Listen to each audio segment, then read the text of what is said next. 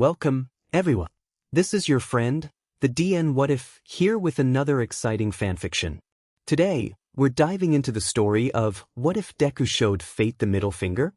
If you enjoy this video, don't forget to hit that like button and subscribe for more fanfiction content just like this. Now, let's get started with the fanfic. The red and blue lights were reflecting on the pavement and on Izuku's slime-covered shoes from where he was sitting on the ambulance.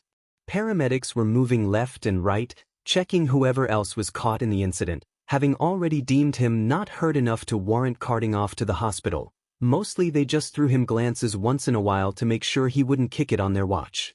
Izuku sighted and looked to his right. The explosive blonde was very sad, obviously trying not to lash out at the low-ranked hero who offered him a sidekick position. Brat, Izuku thought bitterly. All he had ever gotten was praise for his quirk, his smarts, his bravery. He had the luxury to be picky. He glared at the boy, remembering his earlier words. If you really want a quirk that bad, take a swan dive off the roof and hope you'll get one in your next life. And what would have happened if I did, Kakin? You'd be dead and you'd have to spend the rest of eternity with me. Who knows, maybe we would have gone to hell together. As if sensing his glare, the blonde turned and faced him, anger still visible on his face. Izuku looked away. He didn't want to look in the eyes of his classmate, his once childhood friend, and see nothing but hatred and disgust. He'd had enough of that today. All might had vanished, running away from the media. He threw Izuku a look for a few long, tense seconds before he vanished. To hide his weakness, probably, Izuku mused before turning to look at the crime scene. I'm sorry, but without a quirk, I don't think you can be a hero. 5 heroes. 5 trained professionals, who most likely went through countless hours of drilling and countless exams, yet couldn't do a goddamn thing. They just sat there, waiting for someone with the right quirk to come in and save them. What a joke. He, the meek, quirkless kid with a backpack, had done more than those so-called pros. My backpack. It suddenly hit him and he looked around, finally spotting the yellow bundle with his school supplies strewn out of it. He shrugged off the shock blanket and ran towards the scene. He gathered his pencil case, which had somehow managed to stay closed, his water bottle and his still soggy hero notebook, and stuffed them back in the backpack. He got up and turned to leave when he slammed face to chest into the huge hero death arms. He and Kamui Woods had their arms crossed, and their best disappointed annoyed expressions on. What you did was incredibly reckless. You could have died, there was absolutely no need to put yourself in danger like that, they scolded. A few hours ago, Izuku would have cowered and cried and apologized. Part of him still wanted to do that, wanted to curl up and pretend this never happened. But there was something about having not one but 2 near-death experiences that made it was hard. To be properly awed and scared of the 2 pro heroes in front of him. Later, he'd name stress and the shitty day he'd had so far as the culprits for shutting down his brain-to-mouth filter. And what did you do? He hissed, trying to keep his boiling anger in check. The men seemed surprised and they didn't immediately retaliate. What did you do? Because, from where I was standing, it looked like you just did a whole lot of nothing. Our quirks weren't suited to fight him. Kamui started. And my non-existent one was? He yelled, which effectively shut them up. Did you think that maybe, just maybe, there was a different solution to the problem? Have any of you, even though to aim for the eyes, you know, the most vulnerable part of the human body? Have any of you even tried to think of a solution that didn't exclusively rely on your quirks? They didn't respond, looking down at him with their mouths open. Izuku took a deep breath. No, I didn't think so. You just stood there and waited for him to die, and then you have the absolute gall to scold me who actually did something to help for doing so. Kamui finally seemed to get over the fact that he was being scolded by a middle schooler and started. Hey, you didn't do anything significant either. No, I just gave him a few more precious seconds of air as I waited for the right hero to appear. You thought? No, he said out loud. But I did something. He promptly stomped away then, too sad to give if any more. They didn't try to stop him. Why would they? He was a no one, a good-for-nothing Deku who grew some guts for the first time in his life and trash-talked them the heroes. It might not mean anything to them, but, to Izuku, it was the venting he needed after that long, shitty day. It felt that awesome. His stomps slowly turned into dragging, as the adrenaline rush melted from his system, leaving him exhausted. Good thing it was Friday. This way, he had time to cry, collect himself and go back to school on Monday, pretending everything was okay, like so many times before. Right now Izuku only wanted to get home, take a shower and forget this day had ever happened. Unfortunately, fate decided to F with him a little more, which he realized when he heard steps behind him and turned around to see Kaken running towards him. His clothes were covered in slime and a layer of sweat glistening on his skin, a sign that he had probably run from the scene to this place. Izuku looked him up and down. He knew he should say something, he knew that he should do something to appease the blonde that was visibly sad. But by this point, he honestly didn't have the energy to anything. And besides, a punch to knock him out and end this day already actually sounded pretty good. The blonde panted and Izuku waited for him to gather his breath. "I never asked you to save me," he yelled. "If I wanted, I could have taken him down myself. How dare a quirkless loser like you take pity on me? Are you trying to win me over? Don't you dare mock me." And with that, he turned around and stomped away. Izuku knew he should have kept his mouth shut. Kaken was just venting, letting out his emotions. This was the stress talking. But Kaken had never held back, never stopped, never apologized. So why should Izuku? "Okay, Bukugu," Izuku didn't said, loud enough to echo through the empty street. "Next time I'll just let you die." The blonde stopped. It was as if time itself froze in that moment, trapping the two boys in the light of the spring sun. The sun was nearing the horizon and Izuku watched his childhood friend for a reaction. With almost painful slowness, Bukugu turned around and stared at the teen, wide eyes filled with an emotion he couldn't quite place. "What did you just say?" Izuku turned around and started walking away. "You heard me." The sun was setting, the final rays of light crawling on the pavement. The shadows were darker than usual, but Izuku knew the road by heart. The greenette kept an ear focused on any sound the blonde might make. With the next sigh, he stepped fully into the shadows and headed home. The blonde didn't follow. His home was dark and empty. Mom had a few more hours until she returned from work, and Izuku was fine with that. He loved his mother, but he honestly didn't have the energy to conceal his anger to put on his carefree mask on right now. So he didn't. He took off his shoes and entered the bathroom and washed that disgusting slime off of him. He watched what was left of the muddy fucker wash down the drain and allowed himself to smile. Then clean, relaxed, muscles soothed by boiling water, he made his way to his room. All Might watched him from every corner, every nook. Izuku gulped. "I'm sorry, but without a quirk, I don't think you can be a hero." Izuku looked through his clothes. All Might, All Might, All Might. He threw t-shirts on the ground until he found one that wasn't any kind of hero merchandise and put it on. It was old, but it still fit. He still admired All Might, of course. All Might was still the best hero, the #1 hero. But every time he saw his smiling face, he could only remember the skinny man telling him he couldn't do it or the slime coating his nostrils, the fear, the realization of just how near death was. Yes, he loved All Might, but the thought of him alone made Izuku sick. He wanted to rip the posters, to throw them away, to scream his frustrations. He wanted to go all out, to punch something until it broke. But he couldn't. He couldn't bring himself to mess up the posters or any of the merchandise. No matter how much he tried, no matter how much he wanted to, he still loved heroes too much. So he didn't. He didn't rip the posters. He took them off the wall, carefully folding them along the lines. He didn't throw his action figures at the wall, he placed them in the same box as the posters. He didn't shred or cut the t-shirts, he folded them and laid them in the same boxes, which he then pushed as far back as he could into his closet. After all that, his room looked depressingly empty. The light blue walls bore dust marks where the posters had been, his desk looked empty and lacked the personality it had before, when All Might was smiling from it. Izuku now knew that said smile was completely fake. Not seeing it was better. He hated being lied to. "I'm sorry, but without a quirk, I don't think you can be a hero." His eyes burned and Izuku didn't hold back the tears. He let them fall, let them pool at his chin, let them pour down his face. His knees gave up and he collapsed at the foot of his bed, head hitting the mattress as he wailed. Sobs were escaping his throat, but he didn't care. He just cried his feelings away. When Mom came home that night, she found him asleep on the floor.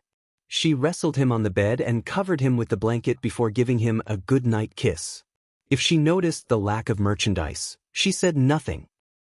The streets were surprisingly dirty in this part of town. It was Saturday morning and Izuku was wandering everywhere but the well-off places. He couldn't stand to see heroes right now. He had purposefully avoided the news all day, finally getting out of the house when he'd felt a few steps away from suffocation. He had to buy a new notebook anyway, but after that was done he didn't feel like taking the usual road home, so here he was, walking aimlessly down the streets, doing his best to ignore various shady characters, looking positively like a drug dealer himself, dressed in a black hoodie, his only clean and non-merchandise hoodie, that hid his curls and eyes. He didn't mean to fit in, he really didn't, but right now that was turning out to be an unexpected side benefit as it kept him from being noticed by the vast majority of people here. He took another left. What can I do if I can't be a hero?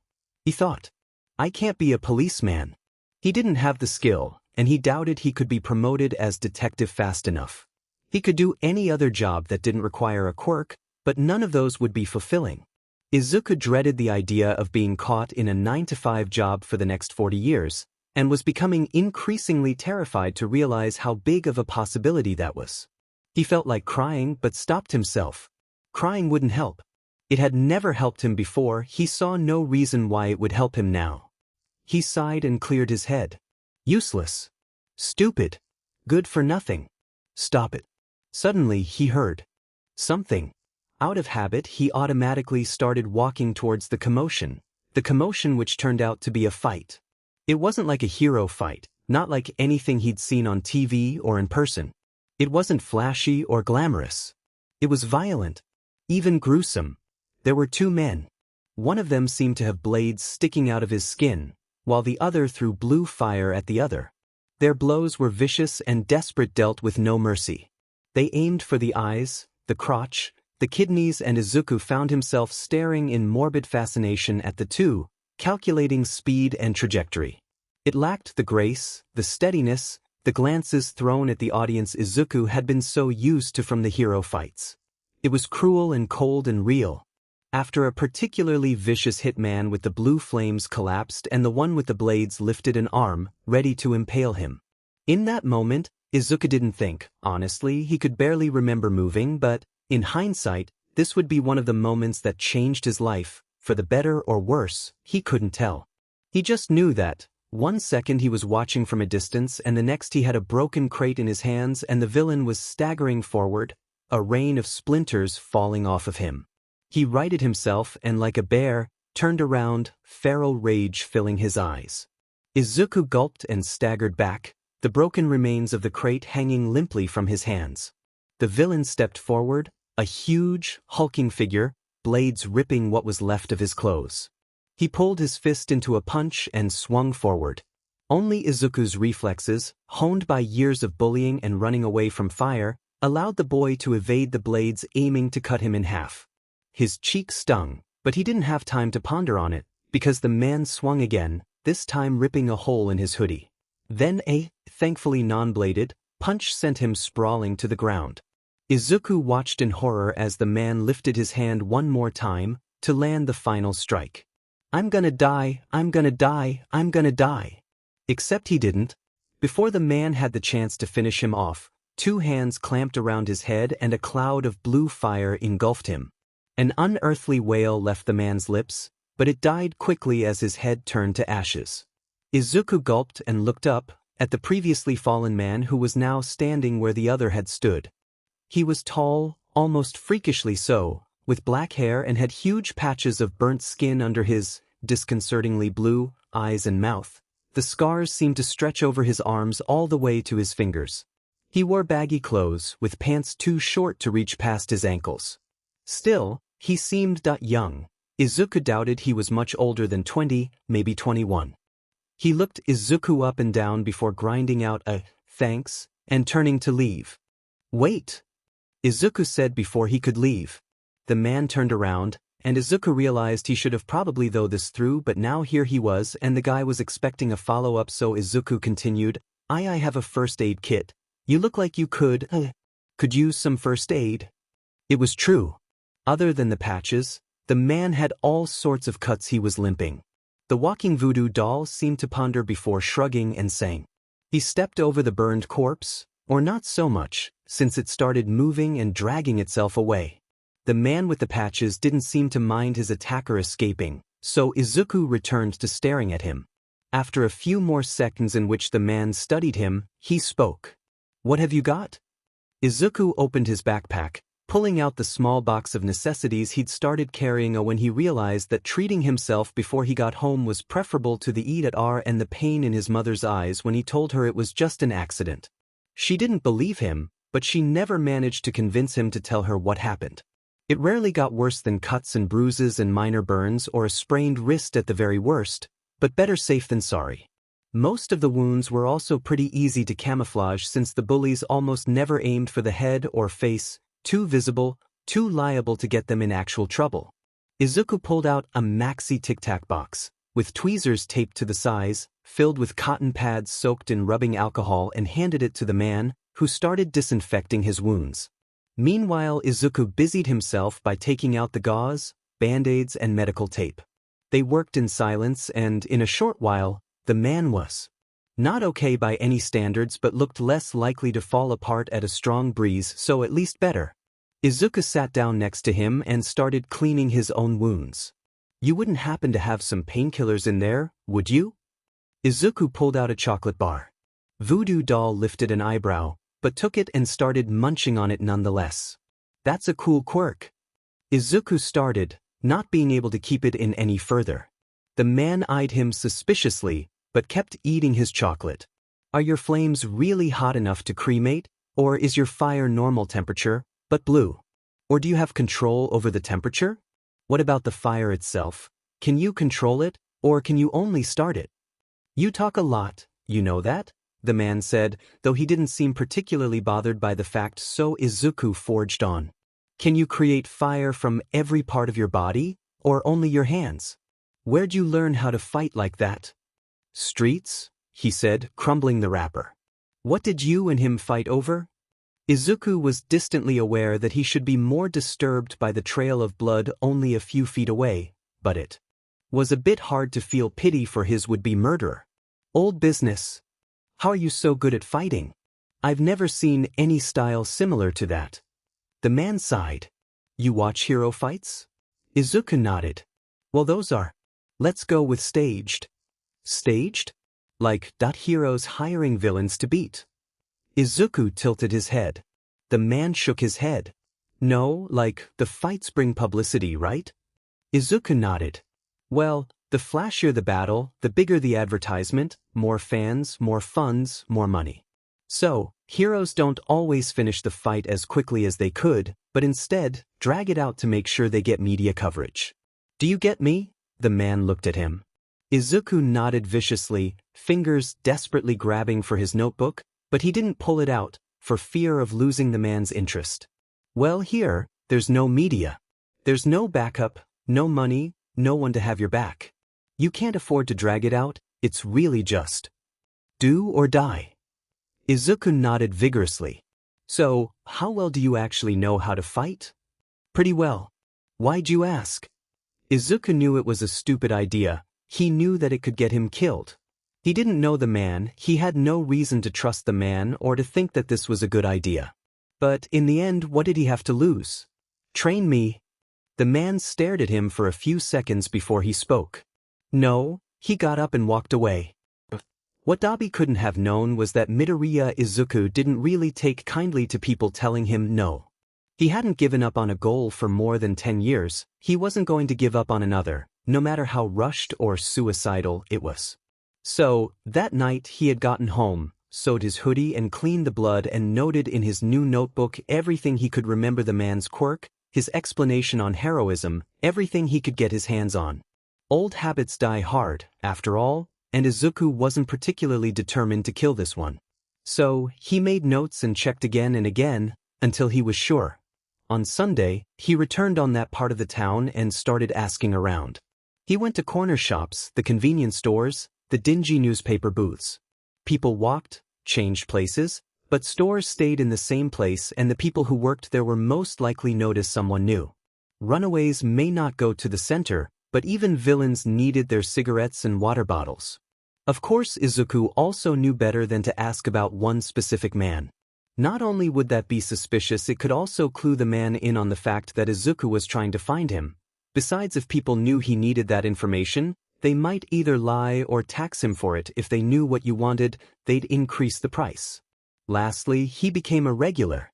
He passed through there every day after school, having developed a fear for the tunnel and the other road. He passed through the shop and bought himself a pack of gum, a bottle of water, some other little knick-knack. He talked to the old woman behind the counter and sometimes with her grandkid. He asked her about how things were going. He helped her when she needed to grab something off a shelf too high for her to reach. He was doing it mostly to cure his conscience for the fact that he was low-key stalking a guy he had only met once. And on the other hand, it was fun. In less than a week, he was up to date with the gossip, the drag dealers, and the most prominent figures in the district. Which was when the hard, dangerous part started. He went to the dealers, ignoring the part of him that yelled how big of an idiot he actually was, and started asking them too. As long as they thought you were interested in buying and pretended to have money, they were surprisingly talkative. He had no idea how he had managed to jungle school and stalkery, but he did it. In less than a week, he had gotten the man's name Dabi, obviously fake, but whatever, his general pattern of when and where he went and something close to his address. So, on a Tuesday afternoon, he went in one of the places he had noted and waited for the man to show up. It had taken him an hour, but eventually, Dabi appeared. He was alone, walking a steady pace through the neighborhood. Izuku counted till 3 and popped up in front of him. Dabi stopped.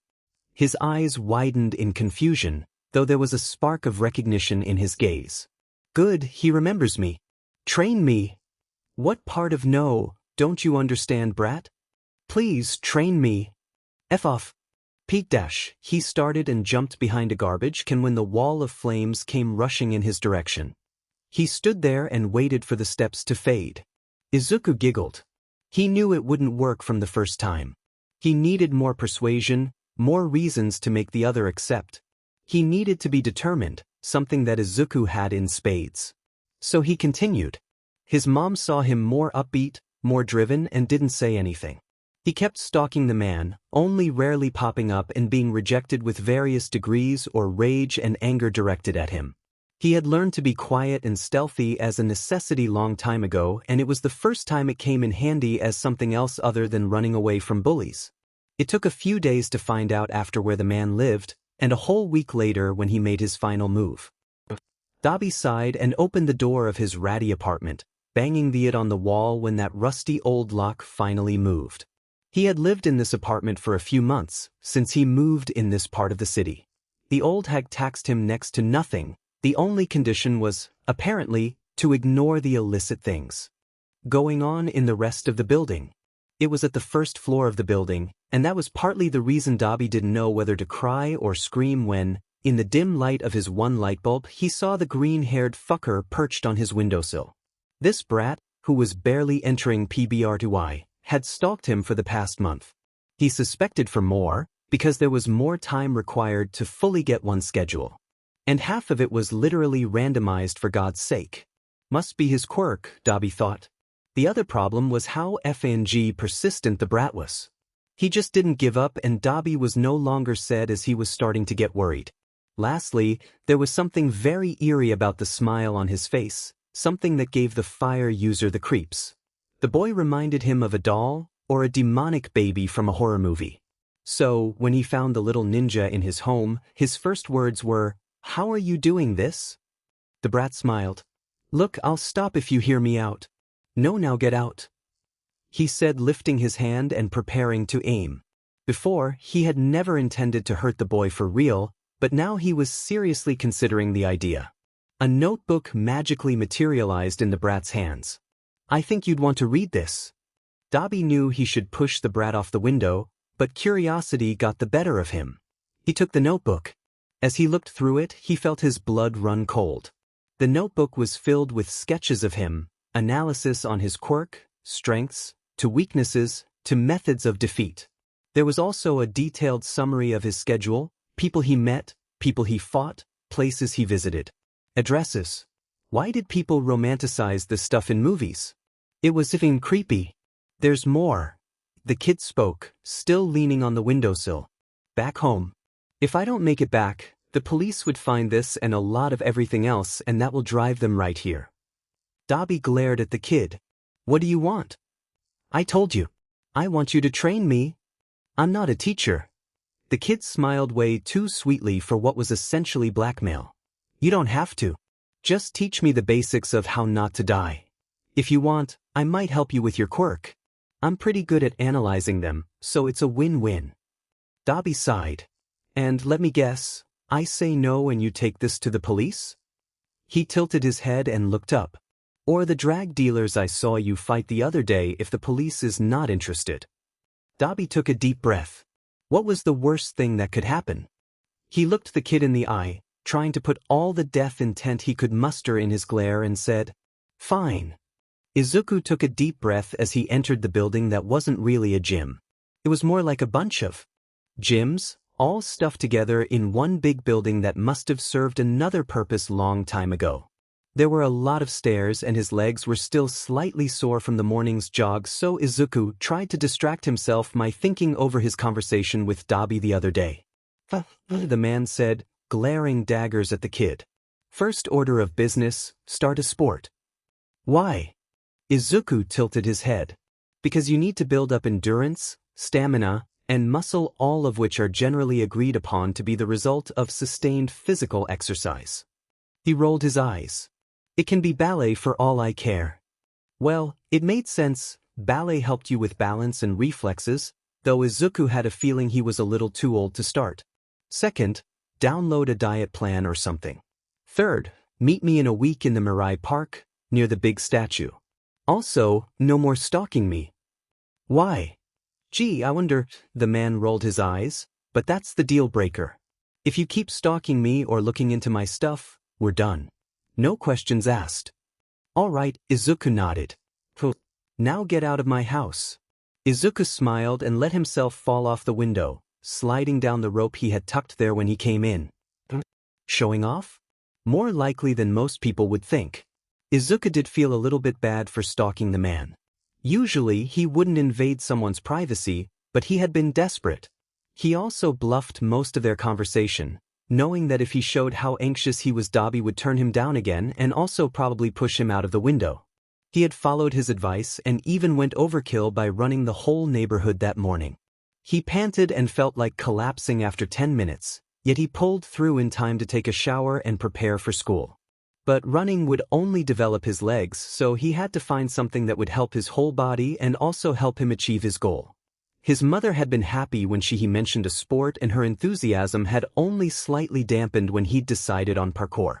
Nonetheless, she's fully supported him, probably just glad that he was finally thinking of something else other than hero ing.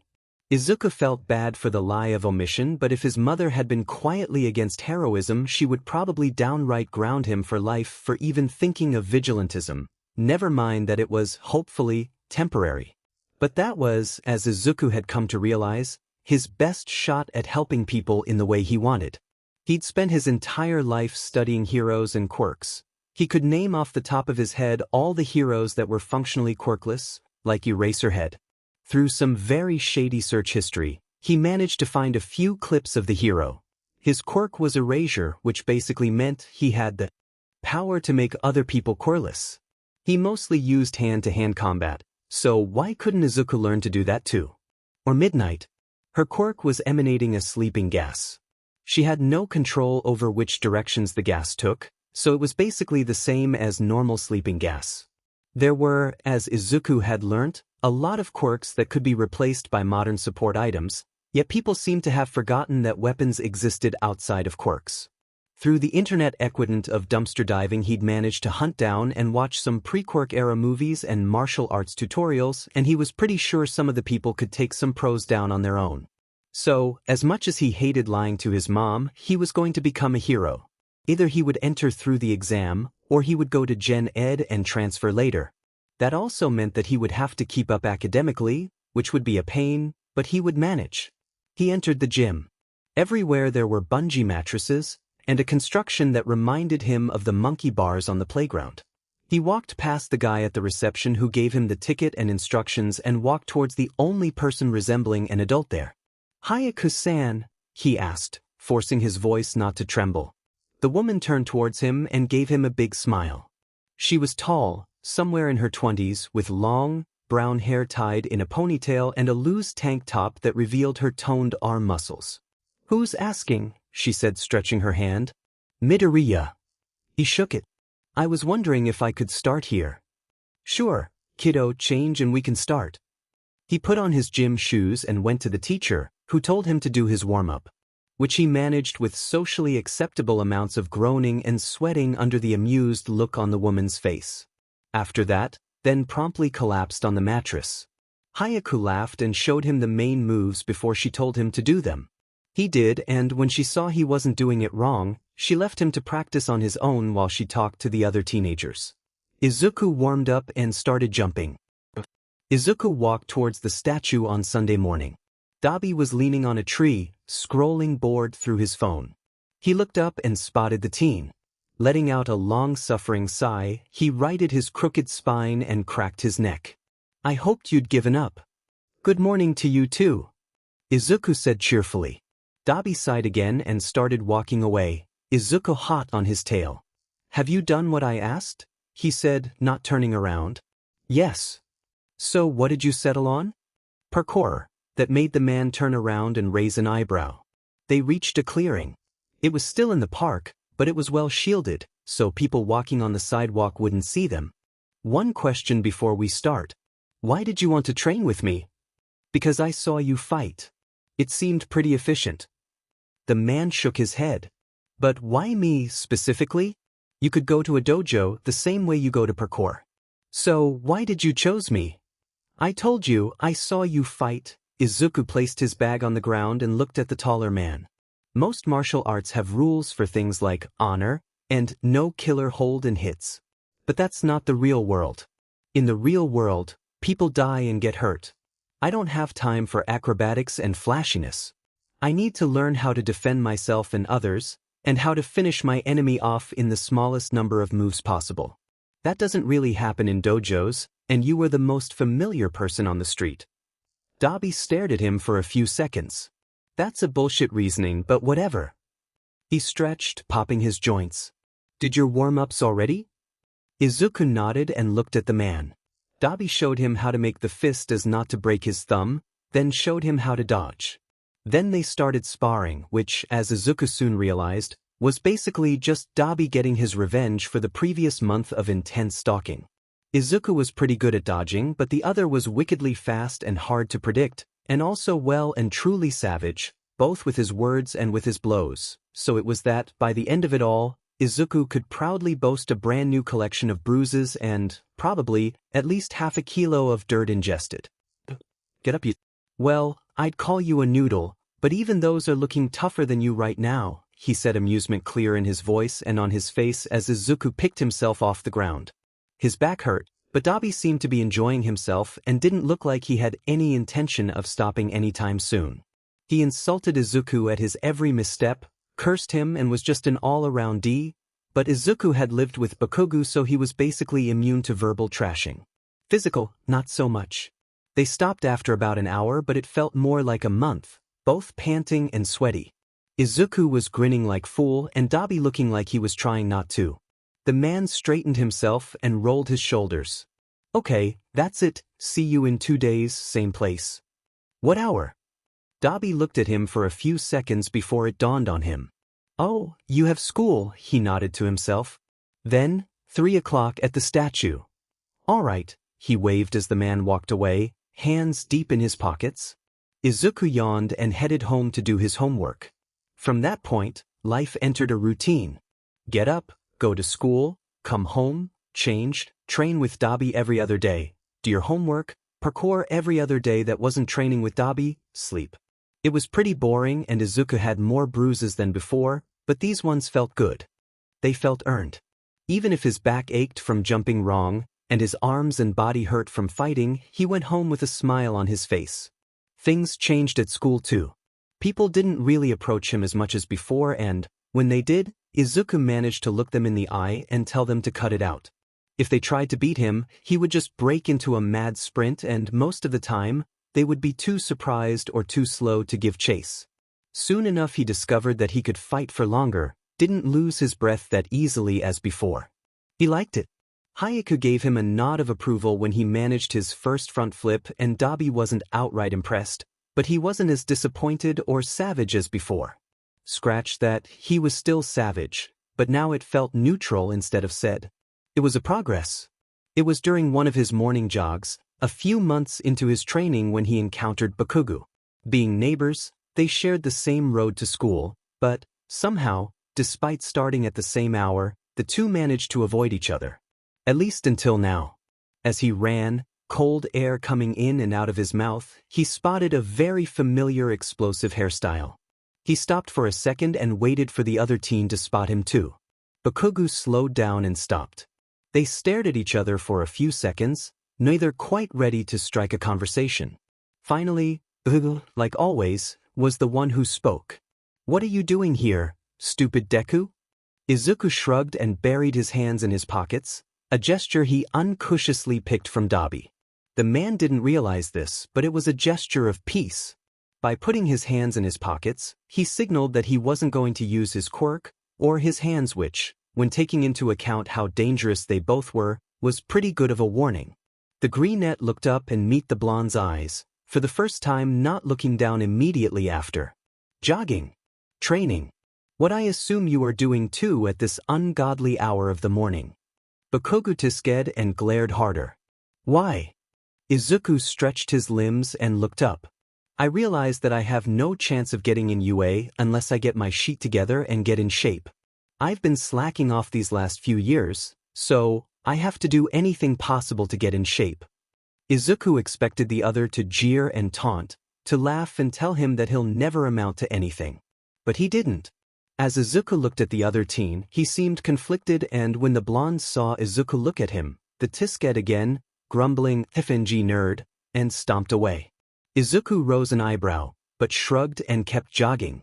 His training also translated into less problems at P.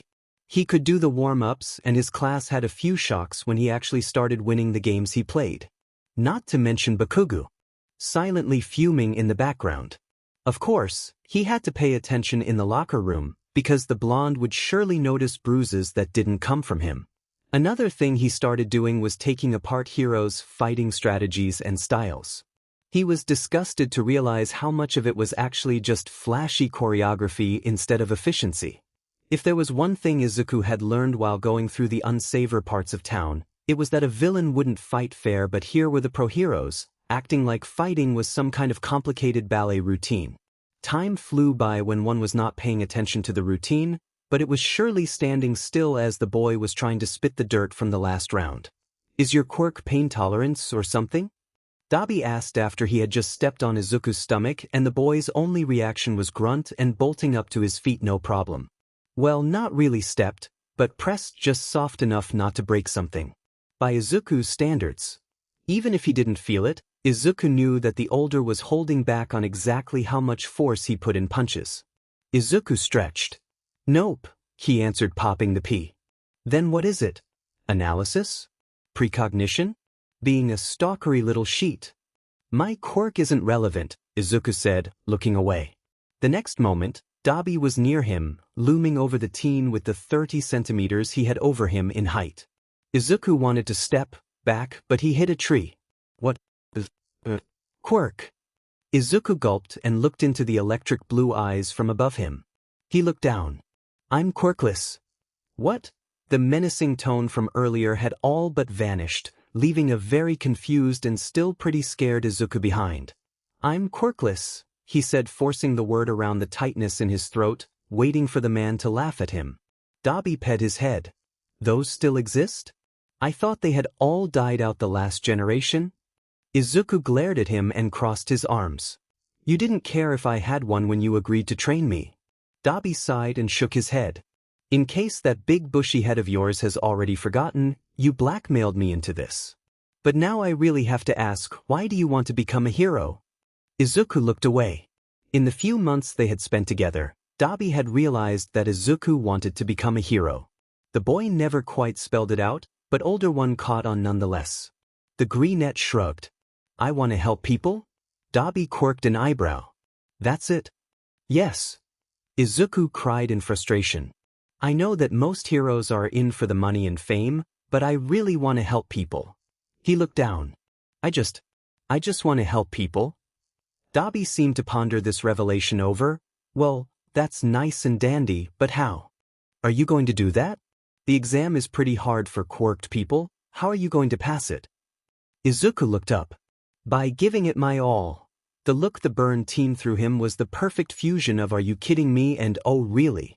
Izuku sighed and let his fist fall. I'm planning on applying to Gen Ed and transferring to Heroics later. Dabi nodded as if it made sense.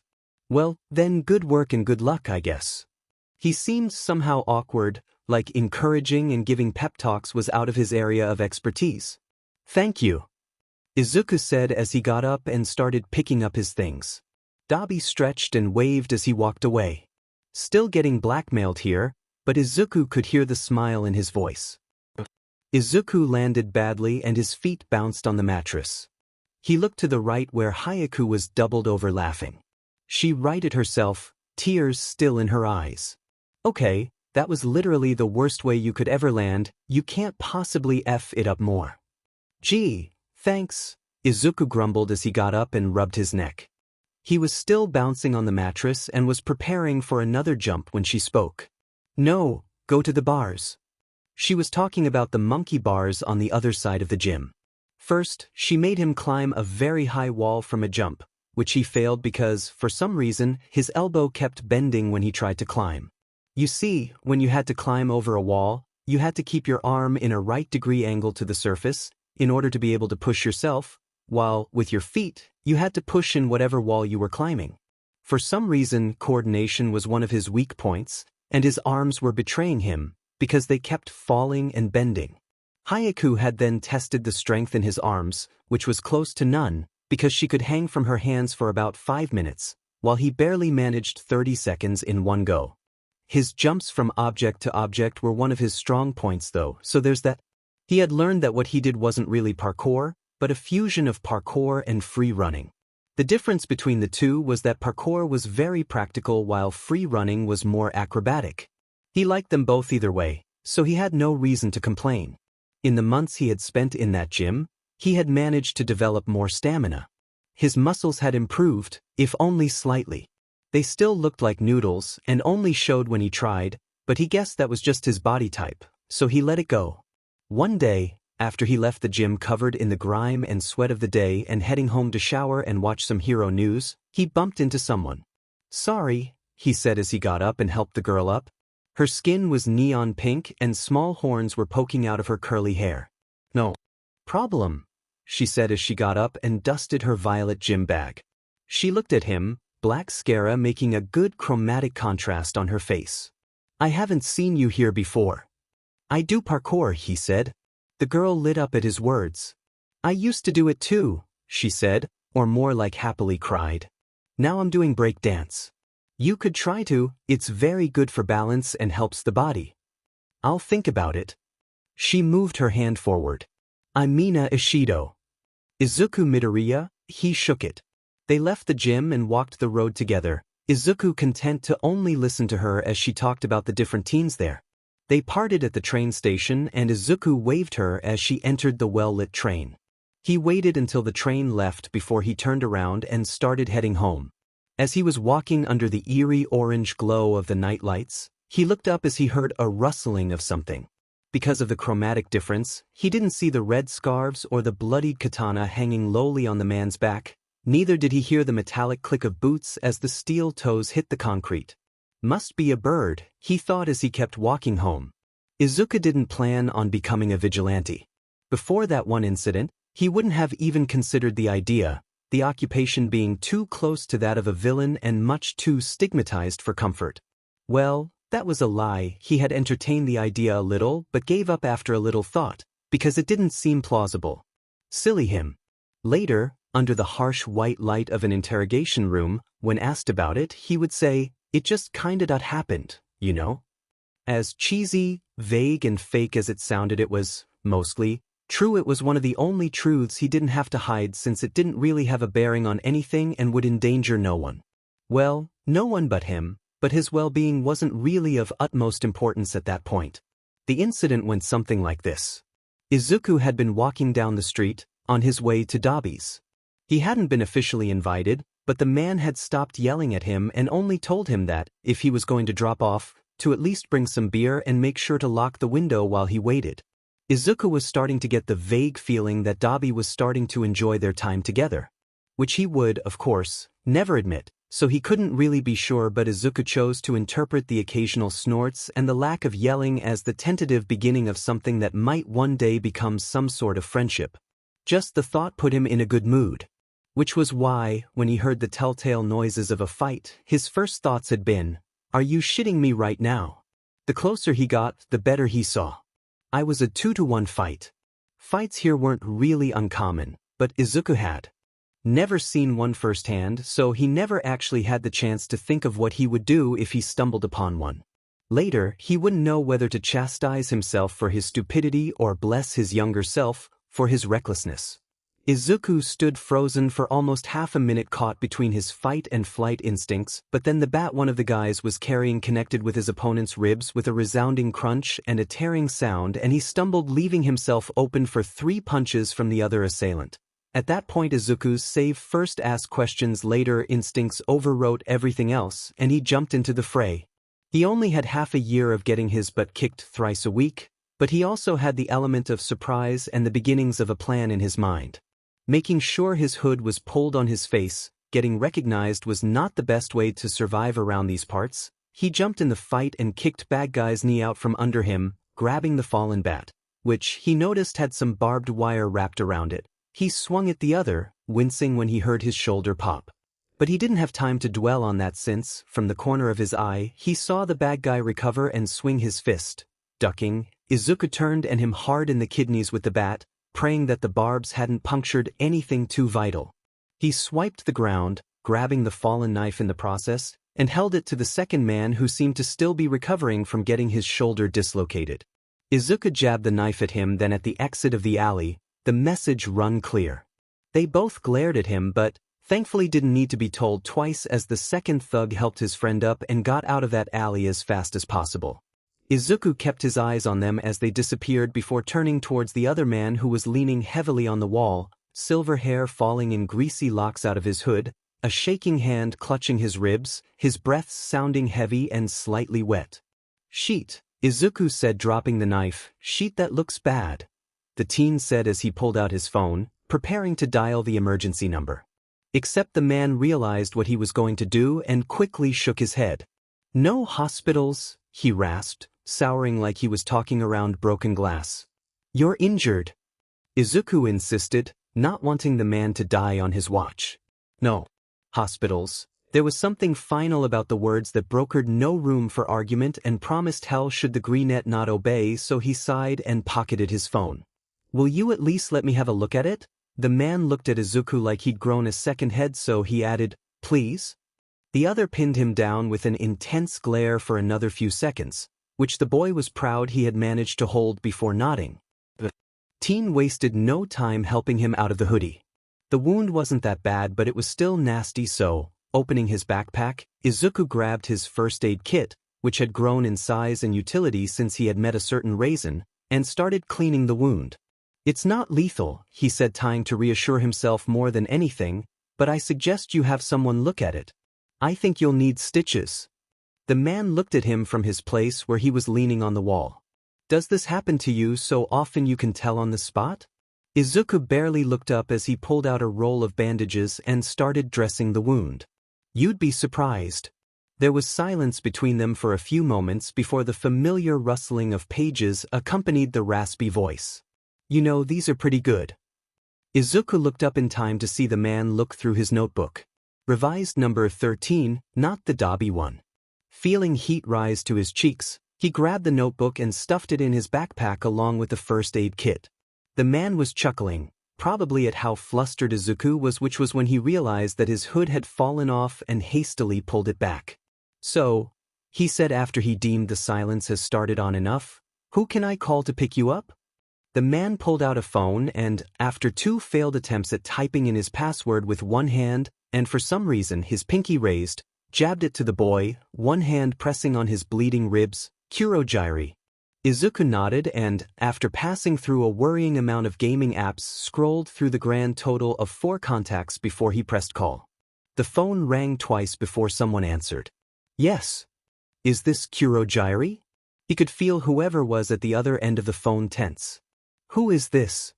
Izuku took a deep breath, doing his best to mask his voice. "I found the owner of this phone stabbed in an alley. He told me to call you." Silence. Then a long-suffering sigh. "I see. Please could you send me the location then?" "Yes," Izuku said as he did just that. "Thank you," was said before a dark cloud of smoke appeared close by. Making sure he had his hood pulled over his features, Izuku watched as a smoke-filled bartender's suit walked into the alley, helping the other get off the ground and turn towards him. "Thank you again," he said, making a small bow in his direction. Izuku gave him a curt nod of acknowledgement before watching them disappear into the smoke. "So, now you're a vigilante?" Dobby asked as he slurped the noodles out of the can. He was sitting on a ratty bean bag, with a can of soda near him because Izuku was petty. "No? I don't think so," Izuku responded as he wrestled the noodles into his mouth.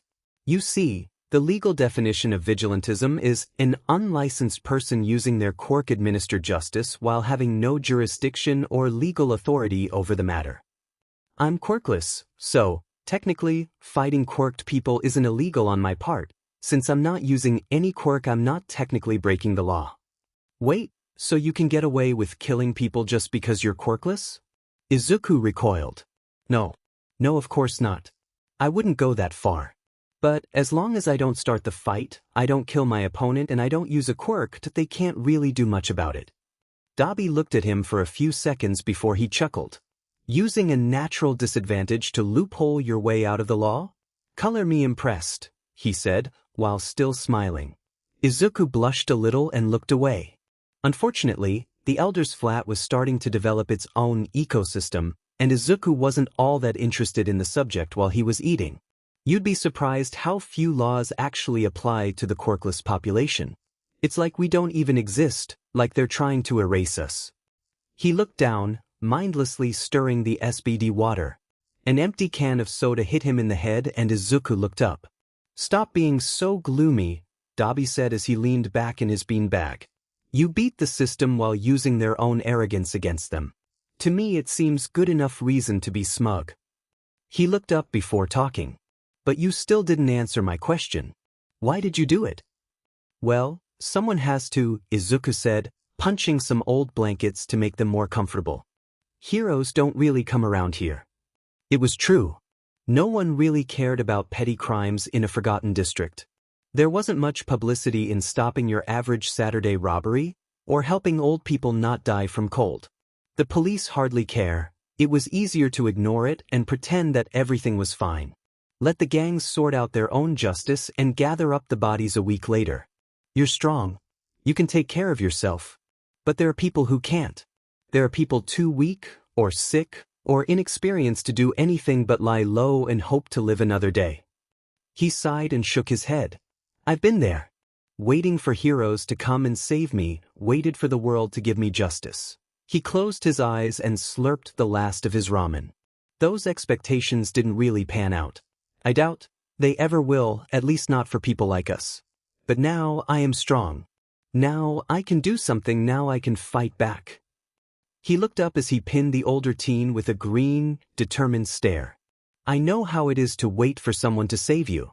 If a hero won't do the job, then I guess I'm the next best thing."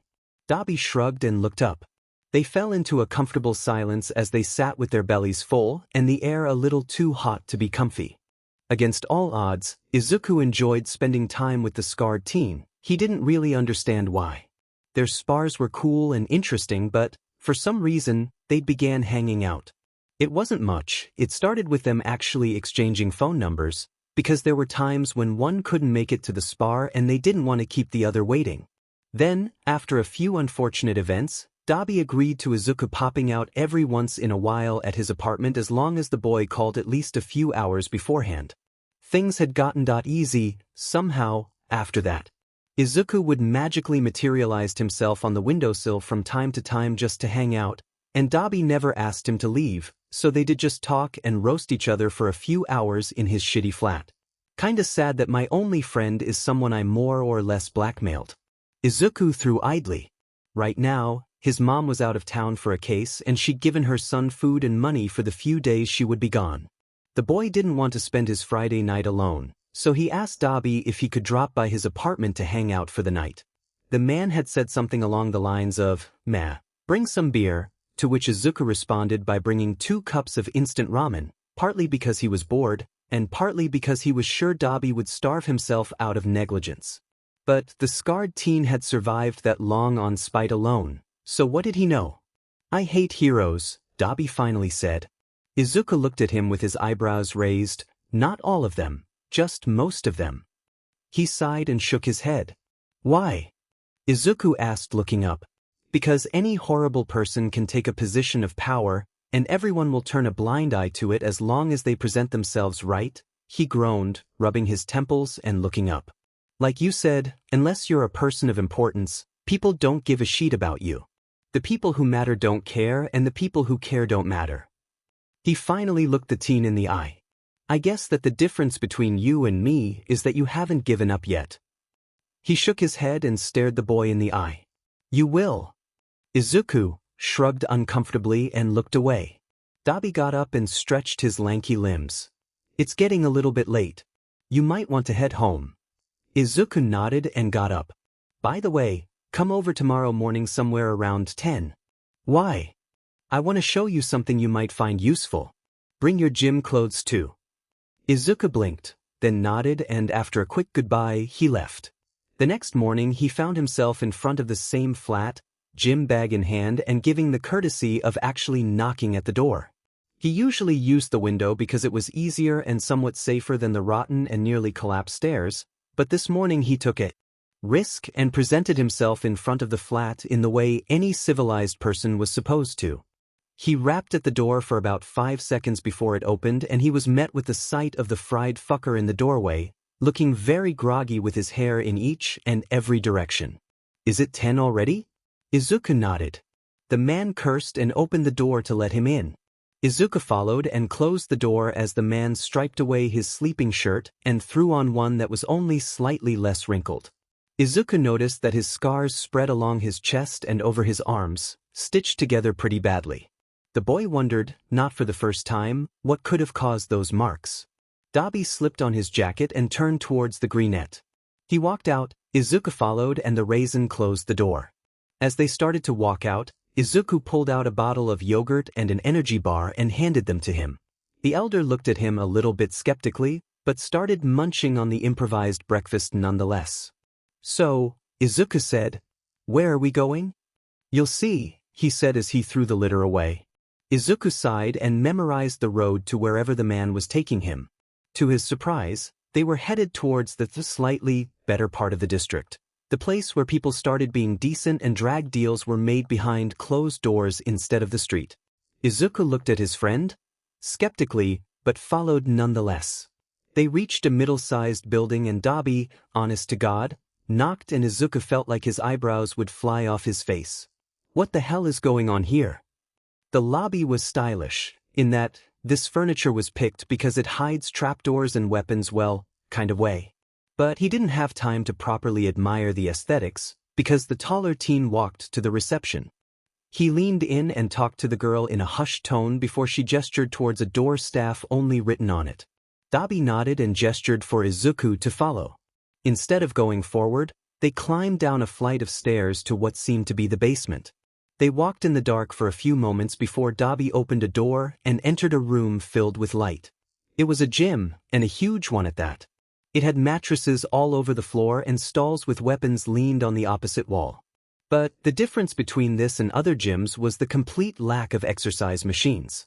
In the middle of the room, Izuku could see a tall lady, very muscly, looking like she could bench press a man twice her size. She had long, black hair braided in dreads and tied in a loose tail at the base of her neck. She turned towards them. "So that's the brat?" "Yup," Dabi said. Izuku looked confused. "Excuse me, but what is happening?" "It was the woman who... Dabi called me and told me he has a brat that would need some specialized training. I specialize in weapons, mixed martial arts, and things you wouldn't want to get caught with," she said, winking. "I figured that if you were serious about this whole thing, you might want to get a real teacher, maybe learn to use a weapon or something. Who knows, maybe like this you'll finally leave me alone." Izuku's mouth fell open as he looked between woman and at his friend. "My name is Aicho," the woman spoke. "We'll do it like this. The first week is for free, starting with the second you have to pay. I'll see what you can do, what you can improve, and we'll start from there. Sound good?" Izuku beamed. She gestured towards the tatami while Dabi took a few steps back and leaned on the wall. "Attack me," she said. Not hesitating and knowing he would end up on the ground anyway, he went all out. He found himself pinned to the mattress a second later with Dabi snorting in the background. "Not horrible," Daicho said, helping him up. "You're on the skinny side, so I won't be expecting to see any muscles." Izuku looked down sheepishly. "I started doing parkour, but I can't seem to build any." The woman grabbed his hand and held it to eye level. She pressed on his bicep. "The muscle is here, all right, you just weren't built for it. You're on the leaner side, much like Dabi." She sighed. What a lot of people don't understand is that there is no one-size-fits-all way to get abs or visible muscles. It's all about how you were built. The muscular tissue is there, it just doesn't show much. Izuku nodded and focused on the woman. "Don't believe the fitness commercials. Huge muscle mass slows you down. In a battle, force is important, but speed just as useful. It doesn't really matter how hard you hit at your opponent if he has a knife in your gut by the point you look up. Thankfully, you were built for speed, so we only have to make sure you know how to transform your natural assets in usable skills."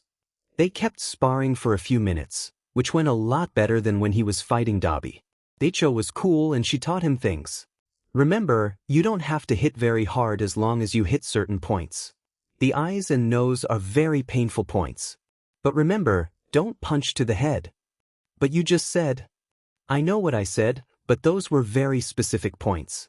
Outside of those, your skull is a big, bony cage made for the sole purpose of keeping your thinker intact. If fist meets skull, 9 times out of 10 fists breaks first, got it?" Izuku nodded and attacked again. They went at it for about half an hour, in which Dabi dozed off, probably to regain the stolen hours of precious rest he didn't manage to get in his run-down flat. By the end of it, Izuku was tired and sweaty, barely keeping his breath. Still he looked up. "Could you teach me how to use weapons too?" Daicho seemed to ponder. "Sure." She shrugged. "What did you have in mind?" "No idea, honestly." "A gun," she deadpanned. "But, unfortunately, the legislation doesn't really allow us to freely carry them, and illegal smuggling is surprisingly hard. Not to mention that they're not the most inconspicuous weapon out there. So, I think you could try the bow staffed up maybe? To give you some distance since you're so short. But you should definitely learn how to use a knife efficiently." She shook her head. "You have no idea how many people stab themselves in accident." She thought for a second. "Also, we have a very efficient doctor here, so, if you get hurt and you have the money favors, you can come here." "Favors?" "Yes," said Dabi, who had appeared to have woken up from the power nap he took while Izuku was getting his butt kicked. "If you get something done for them, you can skip a pay, a training, or a medical visit. How do you think I managed to get you in here?" Yeah, I almost forgot you're broke," Izuku said, and Dabi flipped him off. Izuku ignored him and turned towards the woman. "But what exactly is this place?" "It's one of the few neutral grounds of the underground." She lifted her chin in pride. "We basically get you what you need and don't ask questions for the right price. No one really attacks us, Because we are an essential part of the district and its functioning. There's like a truce between gangs that they don't attack this place. So like, underground Switzerland. Yup. She threw him something. Izuku caught it and saw that it was a blunt knife. When he looked up, was smiling. Let's see what you're made of. Izuku followed the man in the alley. The man hadn't spotted him, too focused on his target. The boy had initially headed home, but on the way to the subway, he had spotted a man following a young lady rather close behind.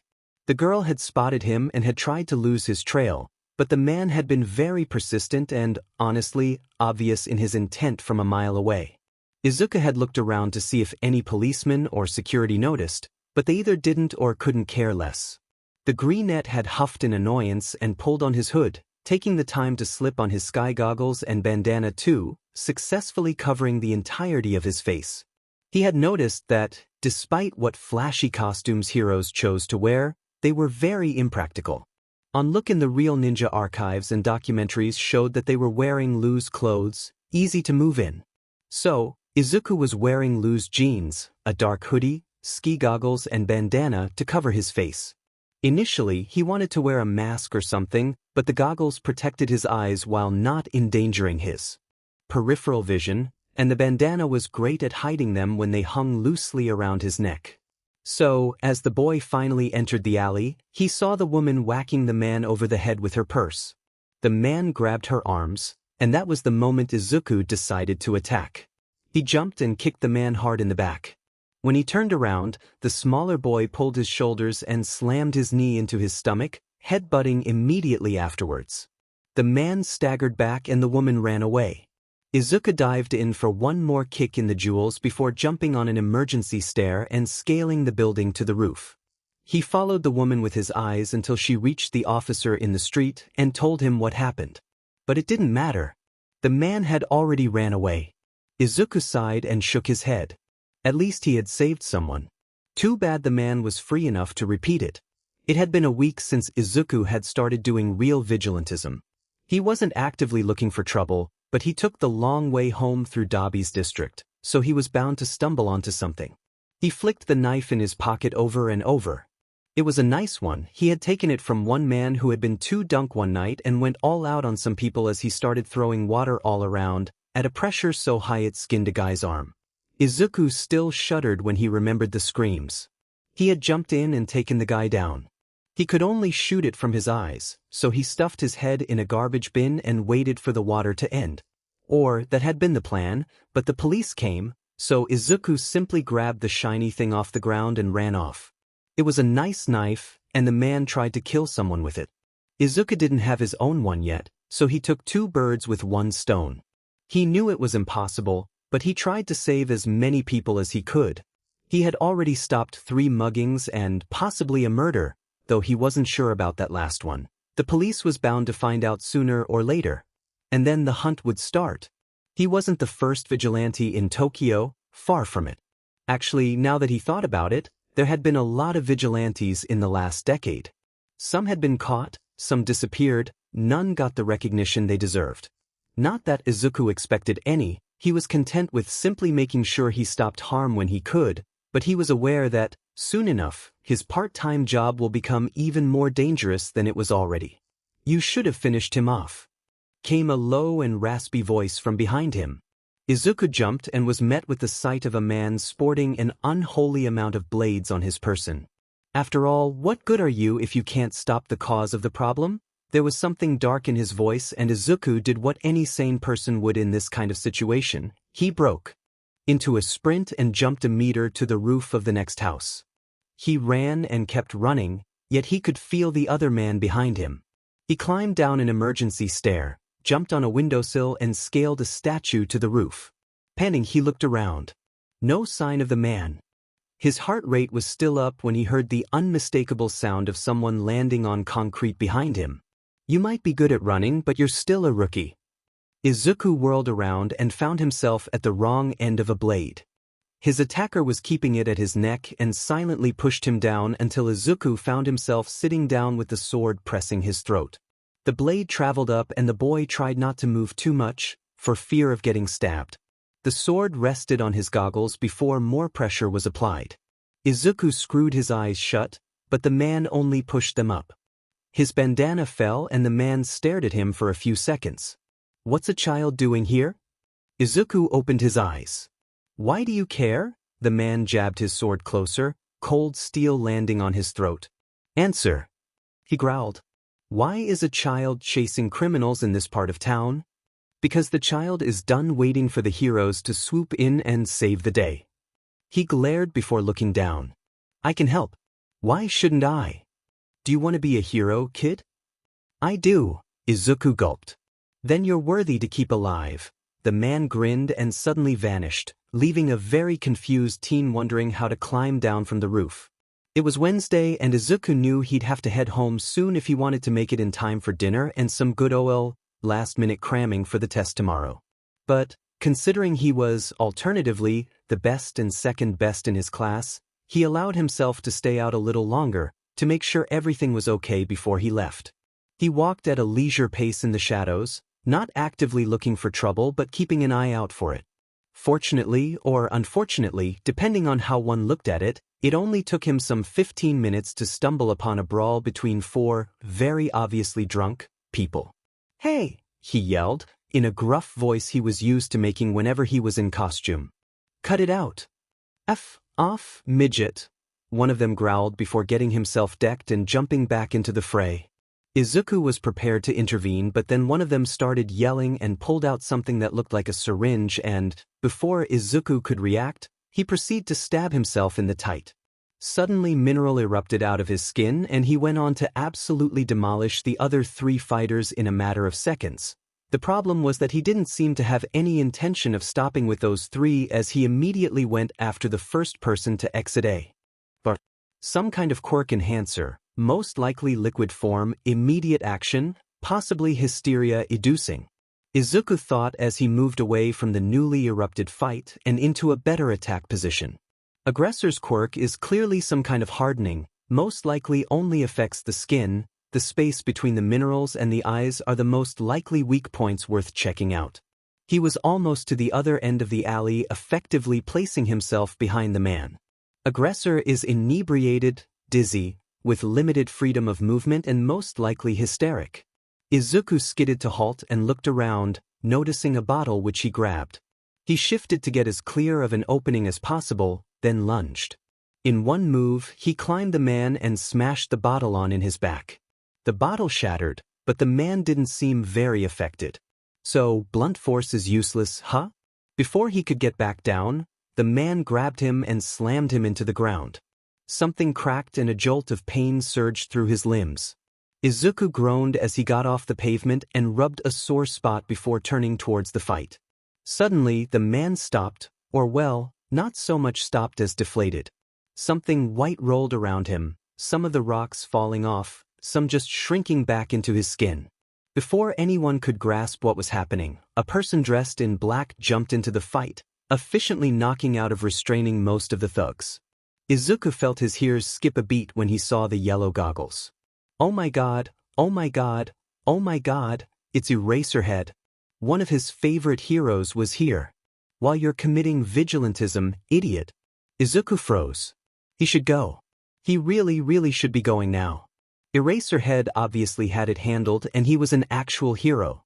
There was really no need for Izuku to stick around.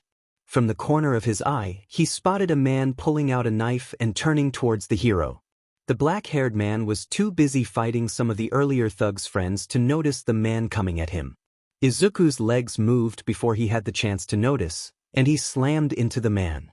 That alone wouldn't have been very impressive, since he didn't really have a lot of muscle mass to properly pack the punch, but the man was drunk, so his attack worked well enough. As the man collapsed, the knife cluttered to the ground and Izuku kicked it away. Not that he really needed to. The man was passed out. "So, you're the new troublemaker?" Came a bored yet menacing Vochi from behind him. Izuku froze and slowly turned around. Eraserhead was sitting in the middle of a pile of unconscious bodies, his hair and scarves floating as if submerged in water. "Focus, goddammit." They stared at each other for a few seconds before Izuku threw the remnants of the broken bottle at him and charged for the wall. He ran on it for as long as his momentum carried him and grabbed on a windowsill, successfully launching himself on the roof. His back protested as he rolled, his ribs aching all the way, but he ignored the pain and charged to the next roof. What he loved about this area was that the little available space made the buildings be very close together, the roofs almost touching. Unfortunately, that made it easy for his pursuer to follow him as well. He had reached 2 stories high when he saw from the corner of his eye how a scarf being thrown in his direction. He rolled to dodge and found himself with a fist 3 inches from his face. He pulled back, but Eraserhead grabbed his hoodie and slammed his knee into the kid. Izuku yelped and the man hesitated a little before he tried to get him once again. Izuku pulled the man's scarves and slammed his forehead into his nose. His head didn't hurt as much as he could, the goggles protecting most of his face, but the man's grunt of pain made it all worth it. Izuku staggered back and made a run for it before one of that god-awful murder toilet paper wrapped itself around his arms.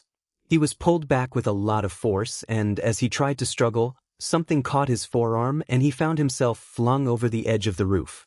There were a few seconds of free falling before the mummy bandages caught him, holding him suspended halfway down the wall. He cursed as the capture weapon started pulling him up. Izuku grunted in pain and looked down. There was a 2-story fall, but there was also a small balcony and a window he could use from the way down. He looked up at the hero. Eraserhead seemed conflicted, but Izuku wasted no time searching for his knife. His fingers clenched around the handle and he wrestled it from beneath the trap. Desperately, he started cutting the scarves, but he was getting closer and closer to the man that could arrest him. He almost reached the edge when the man noticed his struggling was actually cutting, and by that point Izuku was hanging by only half the weapon. Staring Eraserhead in the eye, he cut away the last part and fell into the darkness. Izuku took off his shoes as he opened the door. He was an hour later than he was supposed to, but he had messaged his mom earlier that he would be late, so he didn't really worry. "I'm home," he yelled as he made his way to his room. He needed to change before he got to dinner and had to think up a good excuse for his limping. After escaping the hero, Izuku had went to the gym underground whatever and asked for IHO. He had landed badly on his way down and also cut himself in something bad enough to know that he would need stitches. This time he was lucky and didn't need to pay because, apparently, one man he had caught a few days ago was one IHO's sister had some bad business with, so the trainer was willing to give him a month worth of free assistance. As far as treatment went, the good news was that he didn't break anything. His ribs were bruised and his foot was not so worse off. The bad news was that he did need stitches, and he was advised not to do much vigilante ing the next few days, so he wouldn't tear the stitches, keeping his guts in place. Izuku had thanked the women, and Aicho's sister, Warui, had given him a lollipop which would have been patronizing if the lollipop wasn't delicious.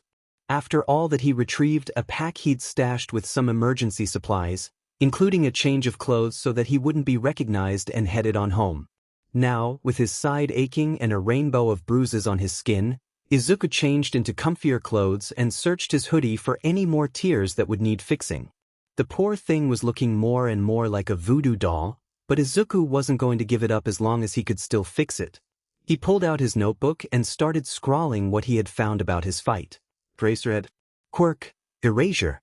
It allows him to cancel or erase other people's quirks. He seems proficient in hand-to-hand combat, acrobatic skills. He has good stamina and accuracy. Here, he tapped his pen to his chin before adding, in small letters, scarf-bended, as the best way to explain the man's ability to use his capture device. His hair rises and falls at certain intervals. Cause unknown, possibly quirk-related. Equipment, goggles, eye protection, possibly related to his quirk. Capture device, scarf-shaped, sturdy, flexible and lightweight. Fighting style, effective, economical, fights dirty, fights to win. Moral code. Here, Izuku stopped again. He had thrown him off a building, but he also caught him. Was it an accident, or a deliberate action with the intent to hurt him? Did he catch him to arrest him, or to actually save his life? In the end, he just left the space blank. Weaknesses, physically stronger people, heavier people, objects in general. Izuku had seen the man. He was strong, but also lithe and slender, and he could be easily incapacitated by someone who was heavier and more or less sat on him. His non-combative quirk wouldn't do much good against that. Speed, very high, do not engage in pursuit if at all possible. He sighed and shook his head. It was less information than he would have liked, but he did it nonetheless. It could come in useful later. He threw the notebook on the desk, packed his school bag for tomorrow morning and stretched, cursing his sore muscles as he laid on the bed. He breathed deeply for a few moments before he made his way to the living. His mom was just setting the plates when he entered and hugged her from behind. "How was your walk?" she asked in that tone of hers she used when she knew there was something more to something and she was trying to get him to make a mistake. Izuku took the plates and set them gingerly on the table. There was an old man in the park who'd lost his dog. He said with his back at her as he set the plates. Lies were getting easier and easier, slipping almost effortlessly out of his mouth. That didn't mean he enjoyed lying, but it had become a skill he couldn't deny the use of. Had to help him find it. "He bought me a chocolate bar as thanks, but I missed the bus, so that's why I'm so late." He said chocolate bar, because saying that he got a lollipop from an old man would probably have had unfortunate implications. His mom smiled and ruffled his hair before they both sat down. They ate and his mom told him about the different cases she had to battle and how stupid some people could actually be. Izuku laughed. That's what you get for working in the system. School had become somewhat more bearable in the last year. He didn't know exactly what changed, but every time someone laughed at him and told him that he couldn't be a hero, he could only remember how he defeated quirked people and saved civilians, and smile ominously at them. Apparently, his smiles could be pretty creepy when he meant them, or maybe he had spent too much time with Dabi and his stitched mouth that looked like it would split his face open whenever he smiled because people just walked away. It wasn't really a visible change, but it was there. Bakugo had miraculously stopped harassing him, and with him most people had more or less given up as well. It could also possibly be related to the fact that being near Dabi had somehow forced him to become snappier and snarkier and savage, and most people just weren't used to him actually fighting back, so that was probably a factor as well. His alternate persona was finally making a guest appearance in the news, and apparently one of the people he had taken down was a very famous criminal, so he was now pretty famous. Well, this wasn't the only thing. An idol had gotten too drunk one night and attacked a girl, and Izuku had stopped him. The man, living in a bubble of fame, had tweeted to rant about it, which, of course, got a lot of responses from the victims and people who took their sides. Soon, the fans of the idol and the people who were against him were having an online war, and Izuku was the one who had started it all. The forums were discussing him, and the boy tried to stay as impartial as possible, which was hard with all the speculation and theories going on. Some people took his side and said that he was a hero, while others accused him of being nothing more than a villain. Different names were going around the internet, but everyone was waiting for the police to give the official one. He had to become very careful in the lockers after gym class. While he had become actually proficient in most games and people actually wanted him on the team, the bruises and scars covering his back were more than enough for even the most out-of-your-business people to get suspicious. So he usually just wasted time until everyone left to properly change out of his sweaty attire. Gym was the last class of the day anyway, so it wasn't like he was missing something or going anywhere. That's why, on a Friday, when he was preparing to head home and was changing out of his clothes, the sound of the door closing sent chills and unwanted signals down his spine. Turning around, holding his shirt in front of his chest to cover his most recent stab wound, his eyes meet the burning crimson of his once childhood friend. "Deku," Bakugo growled as he stepped forward. Izuku tried to hold his ground, but the taller teen basically caged him in, back pressed to the cold metal of the locker. "Bakugo," Izuku said, and didn't miss the way the boy's eyebrow twitched at the name. "What the F's been happening with you?" he growled, leaning a little bit too much into the other's personal space. Izuku gulped but held his ground. "Why do you care?" he bit, staring the taller in the eye. Bakugo gritted his teeth. "Because," Bakugo said, poking him in the chest, "those wounds weren't made by me." "Mad that someone else is using your punching bag?" Izuku hissed as he tried to push the other away. Katsuki held strong, teeth a few inches from Izuku's eyes, like a rabid dog ready to bite. Izuku gritted his teeth. "I'll be willing to answer your questions if you would stop cape-donning me." He deadpanned. Bakugo, seemingly only now realizing what position they were actually in, pulled back a few steps, enough for Izuku to slip on a clean shirt and stuff the other in his backpack.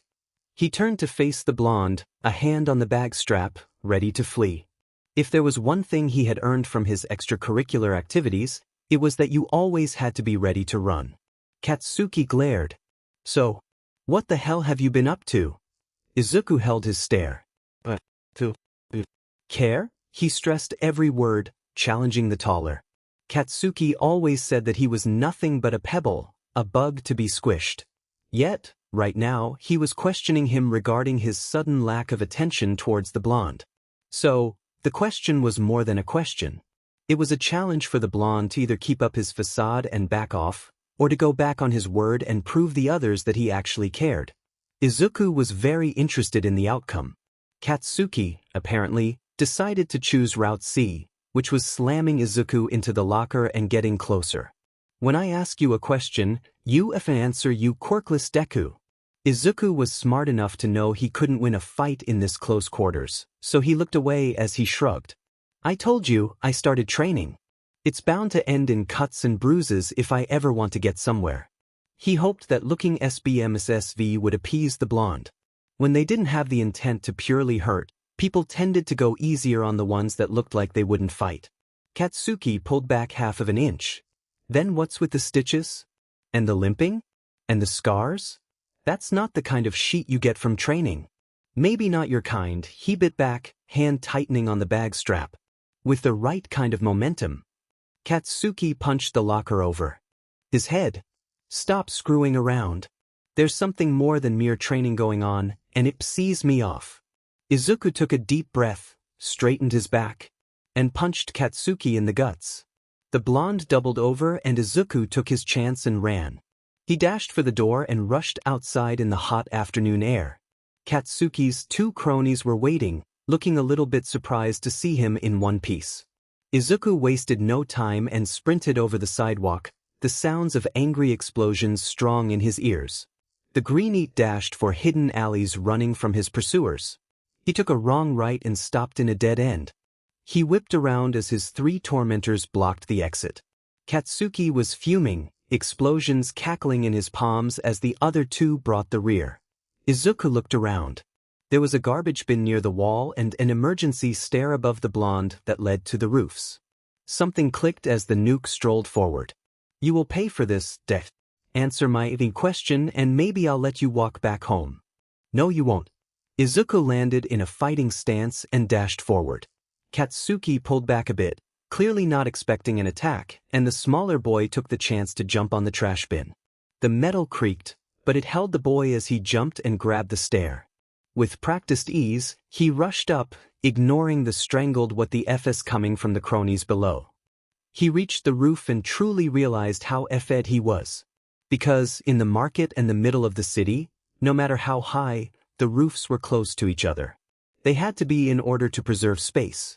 But this was the residential area. And the next roof was at least 20 feet away. Explosions alerted him that the blonde had finally reached the roof. He whipped around and saw Bakugo coming at him. "Nowhere to run, you stupid Deku," he growled as he got closer. Behind him, Izuku saw the two minions making their way on the roof the old-fashioned way. The greenette looked back. Still 20 feet till his next escape. "You're not gonna make it. But don't ignore me, you fucker." Izuku looked back at his arch-nemesis. "Come on now, Bakugo, that's a little too much even for you." The name seemed to be what ticked him off. Katsuki yelled and ran towards him. Throwing caution to the wind, Izuku turned around and dashed for the edge. With enough momentum, "You're still not gonna make it." The explosions stopped somewhere behind him. He was 2 stories high. Best case scenario, broken bones, maybe broken spine. His feet didn't stop, he didn't even try to. He just ran until the edge came, too fast for him to be fully prepared. He jumped. The momentum launched him to the other roof, but Izuku knew from the second his feet left the concrete that he wouldn't make it. Still, he stretched his hands and his body slammed violently into the wall. Air left his lungs and his stitched screamed as the edge bit into his ribs. He let out a yelp as his hands started to slip, feet scraping uselessly at the concrete. You couldn't climb the wall in class, how do you expect to do it now? He stretched his arm and tried to push himself up. Use your legs too, idiot. His arm bent and he slipped once again. His sticks burned. Izuku pushed his feet up, kicking the wall as his arms were begging him to give up and fall. Finally, he managed to push his torso over the edge. The concrete stabbed into his ribcage, but he crawled onto the roof and collapsed onto the ground. He panted, chest rising as he looked at the infinite blue sky above. I did it. I made it. I'm alive. The adrenaline still rushing through his system gave him the strength to throw his fist up and let out a relieved cry. Something wet stained his cheeks, and Izuku took a few seconds to breathe before he sat up. On the other roof, Bakugo frozen, staring at the greenette, his expression a mix of feelings he didn't have the energy to try to untangle. But he couldn't wait. He didn't know how long the blonde will stay shocked, but he didn't want to risk it. So, he got up, grabbed his backpack, did I have it on me all this time, and strolled to the other edge. Izuku was keeping a light jog towards Dabi's flat. Mom wasn't home, having left a few hours ago and returning tomorrow morning. Izuku would have to make sure he would return earlier than that. Thankfully, tomorrow was Saturday, so he could sleep in tomorrow. The district was dark, and Izuku was glad for it. He didn't have the same outfit as the other nights, a different hoodie and sunglasses instead of his usual ski goggles, but the message from Dabi had been quite clear, something you won't be recognized in. He was glad he got to sleep that day. After the adrenaline wore off, the exhaustion from the gym class and his run on the roofs had worn him off and he barely managed to get home. From the stair, he had entered an open window and accidentally broke into someone's house. They were in the shower and Izuku just slipped out the door without a trace, so it couldn't have been that bad. He reached the building and scaled the wall until he reached the usual window. He slipped inside, and Dabi turned around when he heard him. Looking him up and down, the certified raisin got closer. Did you bring everything? Disguise, weapon, and a notebook. Izuku said. Good. Dabi turned around and put on his jacket. Believe me, you don't want to be recognized. Izuku leaned on the wall, not trusting the ratty bed. I don't see you wearing any disguises. The man smirked. I don't need to hide. When are you going to tell me exactly where we are going? The man smiled ominously, an occurrence that was getting more and more often, and signaled to the door. Izuku walked there, but stopped when Dabi grabbed his shoulders and stared into his eyes. He seemed like he searched his face before he took the glasses and set them better on his face. Then he pulled the bandana and set the hood right. I didn't think you'd go this far, man said as he pulled off the hood. Izuku was now wearing a dark purple wig that covered his right eye when left unattended, hair even wilder and longer than usual. He wore contacts, one blue and one purple. He had found the outfit in his mom's closet, buried under some other clothes he was absolutely not going to question. You said inconspicuous, Izuku shrugged. Dabi sketched one of his rare smiles and put his hood and glasses on once again, lingering a little longer than strictly necessary. Seemingly pleased with his new look, the man shut off the lights and walked out. No matter how many times he jumped from terrifying heights, Izuku would never be truly prepared for the gates to hell that were Dabi's stairs. The man seemed pretty amused at his antics. They walked outside, and the scarred one took a route Izuku had seen him take in the beginning, but never managed to follow that far. He kept close to him, nothing but a shadow near the scarecrow that was his friend, his dark clothes concealing him well in the night. After about half an hour of walking, Dabi entered what seemed like a basement. Izuku followed and found himself in front of a huge pair of doors. Two bouncers were sitting in front of them, taller than even Dabi. He pulled a card of some sort and they stared the glorified Molotov down, taking in his scarred features before looking at Izuku. The boy froze as one of them pointed at him. He's with you? Yup. Dabi nodded. One of them grabbed him and pulled his hood down. Izuku was glad his disguise was good enough for them not to tell the difference. He needs to register. Dabi groaned but signaled him to follow. Izuku did and they forced him to write his name and signature on a paper. The greenette swiftly switched the pen from right to left when it came to the signature and they let him go.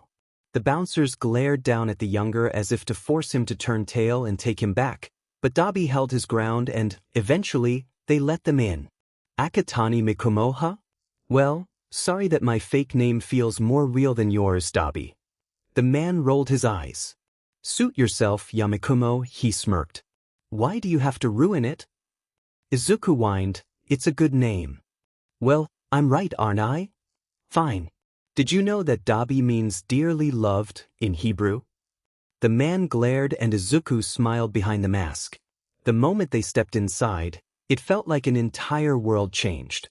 There were a ton of people, screaming and yelling, pumping their fists. The air was filled with the scent of sweat and blood. Izuku followed the man until they reached the end of an arena. This, Dabi said, leaning in to be properly heard over the yells of the crowd, is an quirk fighting ring. Izuku nodded, knowing that his voice wouldn't get over the crowd. Most people who want to use and train their quirks and don't have a license come here. Of course, you need to know the right people to get in. You can either watch or fight. People make bets and, depending on your wins, you can get really rich. So I guess you lose a lot then. Izuku couldn't control himself. Dabi glared and flicked him painfully in the nose. I didn't get a lot of time to fight recently, Dabi shook his head. But I brought you here for a reason. You can't really discover much from fights on the street, especially when you are in them. Here, you can see quirk fights outside of heroes and villains. Here, you can see some of the real deal where the purpose is to win, not to get a great pose. He grumbled. Izuku nodded. Also, no electronic device works here. You can't record anything, there's a quirk that stops you from it. But a lot of people come here to scout help for whatever, so the notebook won't be too out of place. So, Izuku said as he rubbed his chin. Should I bet for or against you? Dabi gave him a thin smile. Don't gamble before you learn how to play, he looked around. I'll go and make the arrangements. I've got a match later. We can go after that or we could stay a little longer if you really want to see more. Izuku nodded as he pulled out his notebook and stared at the arena where a new opponent was just entering. Don't get too hurt, I can't carry you. Dabi flipped him off and disappeared into the crowd. One of the things Aizawa hated, no, absolutely despised, was paperwork. Paperwork and giving reports to the police. It was a waste of time, but he knew it was necessary. Still, that didn't stop him from hating them with a burning passion. It might seem ironic for him to hate the red tape yet still chose it as his teaching subject. But it made sense. Well, at least to him it did. Truth was, what he enjoyed was threading through the loopholes and laws that prevented him from doing certain stuff, beating the system with its own wretched laws. There was something truly satisfying about that, and about proving entitled brats that their flashy quirks weren't the key to being a hero. Yes, he really enjoyed that. But no matter, he was seated in one of those uncomfortable chairs, waiting for a police officer to appear. He hoped it was Tsukakuchi. He was the most tolerable of the bunch. Aizawa shook his head. He really needed to sleep. Double shifts were a beach, and he needed to recharge his batteries for the new school year that was to come. Another year, another set of brats. He vaguely wondered how many he could expel this time. There wasn't any limit per se, and Netsu had always been pretty lenient when it came to him and his expulsions. The other teachers were too soft. If someone didn't have potential, they were going to die pretty fast once in the business. And no matter what they said, Aizawa wasn't going to have another dead child on his conscience. Fate seemed to smile upon him for the first time in a month. Tsukakuchi entered and Aizawa relaxed, if even a little. This was going to be shorter than it could have been. Aizawa liked Tsukakuchi for the fact that he knew when to stop and when to ask the right questions, not the useless ones. Good evening, Racerhead. The man sat down. Aizawa pulled off his goggles in a sign of courtesy. Evening. He stiffened a yawn. Okay then, let's start. What can you tell me? Found another trigger cell, the hero said. The detective pulled out a few pages and started scrawling. Pretty weak, small fry. You have them in your custody. I'll keep you updated. Aizawa nodded. God, he thought he had solved with Trigger all those years ago, But nope, here they were, like the effed-up fungus between the toes of society. He shook his head. Though, I met the newest menace in the district. Tsukakuchi stopped. He looked up. Please tell me they used a quirk. Aizawa shook his head. Not that I could tell. Why? The man sighed. We have no legal base to arrest them. Every time they're in a fight, the witnesses say that they was either provoked, or the fight was already started when they arrived. The victims are now blaming us for not noticing sooner and not coming to save them, and the media is at our throats because, apparently, an unlicensed vigilante is doing our job better than us. The man threw his hands in the air in frustration. Aizawa remained silent, letting the usually calm detective vent. Look, I know being a police officer brings no merits. I'm okay with it. I'm not a hero, I don't expect recognition. But to go through how many years of school and public service and to be accused that a hooded criminal is doing my job better than me? He groaned and put his head in his hands. Aizawa smiled. Anyway, Tsukakuchi gathered himself. What can you tell me about them? A child. Your vigilante is a child. Tsukakuchi blanched. Why do you say that? They were light. Too light for their height. I punched them once and they yelped. Their voice was too high for a grown male. So it was either a teenager or a woman. Or a teenage girl. He shook his head. But there was something in their behavior, they were too reckless to be a full-grown adult. Tsukakuchi let a long-suffering groan. Great, we have a child criminal now. If the media finds out, we're really deep in hot water. People SCK to these things like sharks to blood. If words get out, we will have people on our doorstep yelling how could we F up so bad that a child had to step in and do our jobs. He shook his head. Why can't people understand that there's more to police work than just catching criminals? Aizawa quirked an eyebrow. Out of the system, policemen had it the worst. They had to handle the villains, to get them to jail, to put up with public uproar and to deal with the random vigilantes that popped up every once in a while. The plain mad looked up. What else can you tell me? Pretty strong moral code. When they saw me appear, they looked like they wanted to flee, but they still pushed an attacker out of the way when they tried to kill me. Talented but untrained. They had decent balance and skill, but their jumping around was ungraceful. So, they had proper training but not enough experience to do it flawlessly. They also tried to talk the minions out of the fight before they jumped in. So, it wasn't really attack. The man smiled. You're right, it really seems like you have no real base to arrest them. I know. You see, I would really appreciate the help. We don't really get to send many people in that area of the district, but they are technically doing illegal work, so I have to do something about it. You know that a good lawyer could disassemble your case, right? I know. He breathed. And now that they're a child, it gets even worse. We have to pull all the social workers and legal guardians, and is it really considered a crime if they didn't use a quirk? Sighed and leaned back in the chair. Anything else? Aizawa's smile died on his lips. Yes. It's about their tools. Tsukakuchi raised an eyebrow. What about them? Their knife cut through my capture tape. And? My capture tape. It's a support item created especially for restraining people with violent and destructive quirks. You can't cut through that with any knife, you need a special kind of blade and, let me tell you, you can't find that everywhere. Tsukakuchi nodded, gesturing for him to go on. Aizawa shook his head. So, that blade was either created with the help of a quirk, case in which we could hire them in support, B, he stole it from someone which might be of help if we know how to play it, or C, they have a sponsor, someone who provides them with tools, which means unlicensed support items. If the last one is true, then we could have a whole lot of overpowered villains on our hands. The detective released a long-suffering sigh. I see what you mean. Thank you, we will make sure to keep you updated regarding this whole ordeal.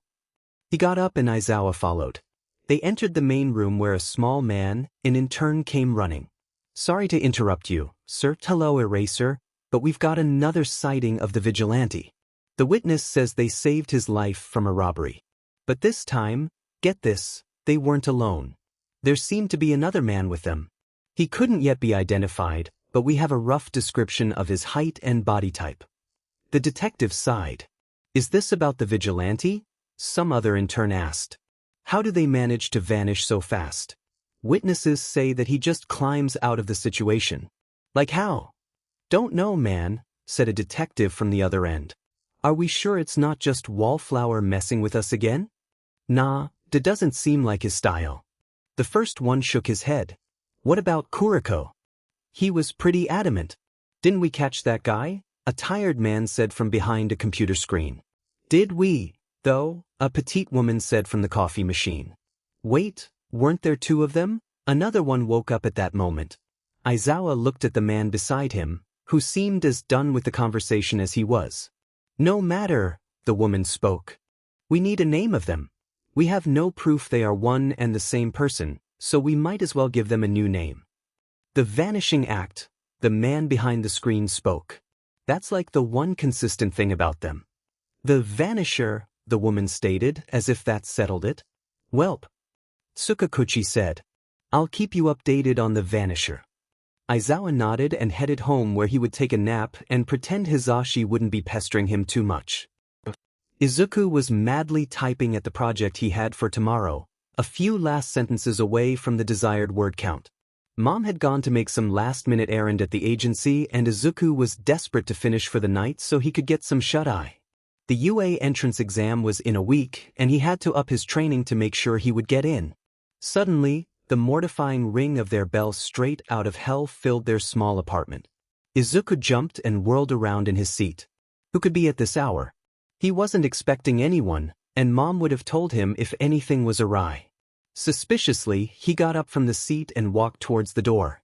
The bell kept going, but this time, the person behind it started to yell. Oi, brat, open up before I start shouting. Izuku wrenched the door open and glared at the glorified Molotov cocktail in the doorway. Dabi, what the F are you doing here? The man pushed him out of the way and entered the house. Well, you crash at my place all the time. I thought that it was about time I saw where you live. He looked around, taking in the clean rugs and paintings on the walls. And honestly, move. You come to my place all the time when we could be meeting here. Dabi again, what the actual F are you doing here? The man finally threw him a look. I told you, I decided to visit. What if my mom had been here? Izuku asked, exasperated. Then I would have said hi and introduced myself as your drag dealer. Izuku face-bombed and fell on the couch. The man wasn't going to move until he said what he wanted, so Izuku just waited for him to get bored and F off. Got any beer? In the fridge, he said. He looked as the man bent and pulled out a bottle, which he opened with another bottle and took a big gulp. He let out a relieved sigh before he looked at the ceiling. You know, you should get your dad to fix the plaster. It's starting to fall and I doubt you want that in the kitchen. Izuku groaned as he let himself sink on the couch. I'll make sure to mention it if I ever met the guy. Oh, Dabi said looking at the bottle. Hey, just because my mom is a woman, that doesn't mean she's not allowed to drink. Dabi raised his hands in surrender. Still, I'm sorry about your dad. Izuku glared at the ceiling. The a-hole married mom and F'd off shortly after I was born. He's no dad to me, barely a sperm donor. Dabi didn't say anything to that. Sighing, Izuku got up and headed for his room. Where are you going? To finish what I was doing before you. Decided to crash into my mom's bad day stash. He yelled over the hall and threw himself in the chair, trying to remember what the F he was writing. He heard the man walk into the room and look around. What did you take off the walls? Izuku sighed. I used to have a lot of hero merchandise. He said as he finished his conclusion and saved the document. I had a run-in with one after which I had a middle-life crisis in my teenage years and took them off, he sighed. It never felt right to put them back on. Dabi hummed and started looking through his bookshelves. He grabbed one of his notebooks. So these are your stalker notebooks, then, in the closest voice the brooding man could get to shocked. Holy shit, there are 13 of them? Izuku turned around and tried to grab the notebook, but the man was taller and held it above his head. The greenette kicked him in the shins. Dabi dodged and placed a hand on his forehead and pushed him onto the bed. The boy growled and threw a pillow at him.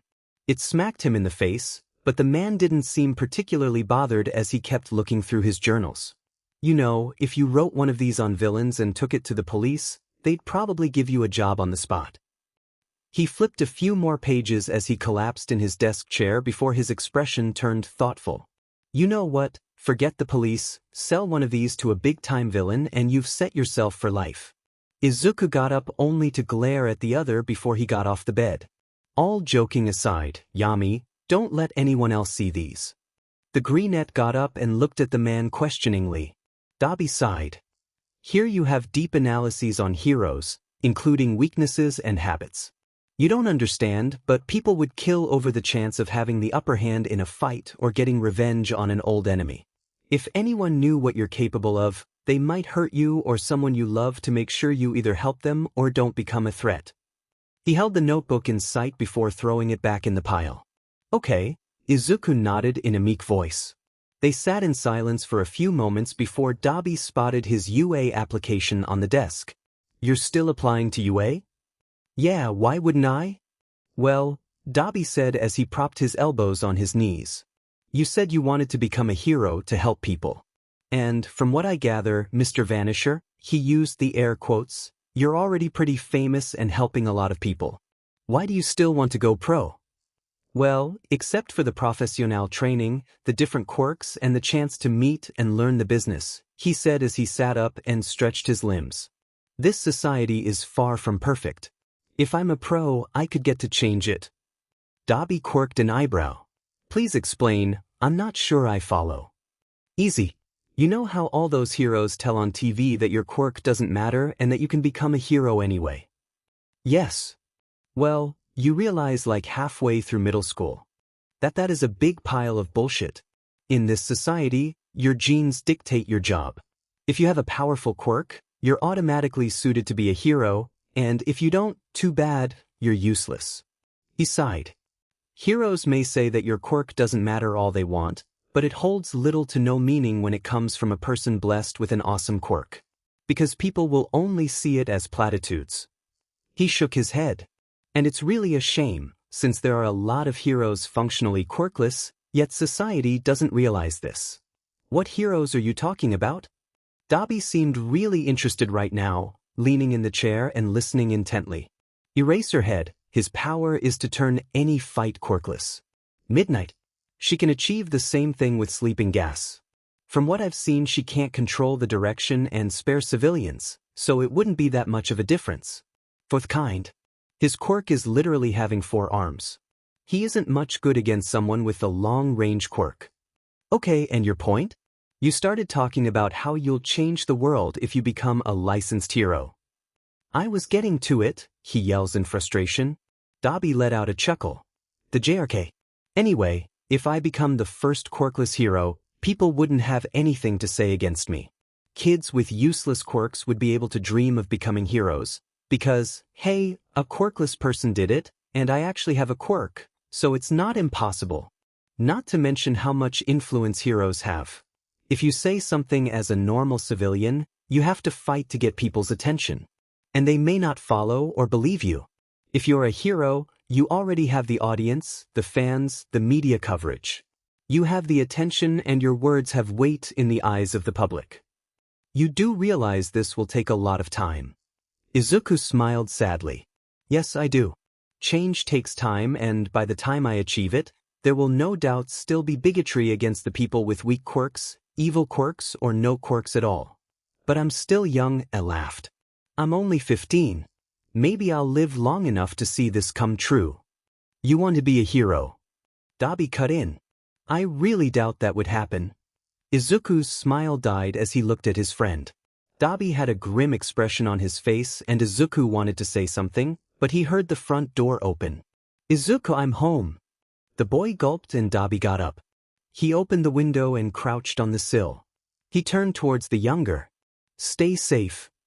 He stretched his hand, which hovered for a few seconds near his hair before it fell on his shoulder and gave it a light squeeze. Dabi gave him one of his rare, genuine smiles and jumped off the window. Izuku took a deep breath as he spotted the nice girl who stopped him from meeting the ground earlier. Just go there and say good luck. She probably didn't need it, but Izuku could distract himself from the utter panic plaguing his system. The bow staff he had borrowed from Teus, hanging loosely in his hand. He had learned how to use it but had yet to do so on the street, so there was no chance someone could recognize that and make the connection. He was safe. For now.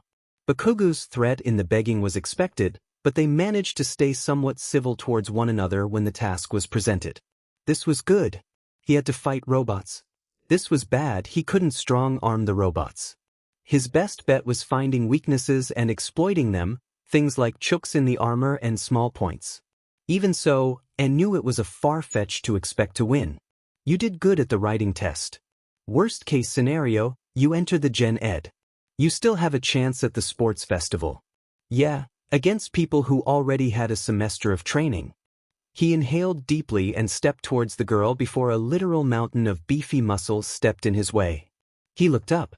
It was the same guy who called him out in the presentation. Izuku felt his blood start to boil. What the F was his problem? He looked somewhat familiar, but Izuku couldn't point him out at the moment. That girl is doing some kind of meditation. Do you intend to disrupt her or something? Oh, it's on.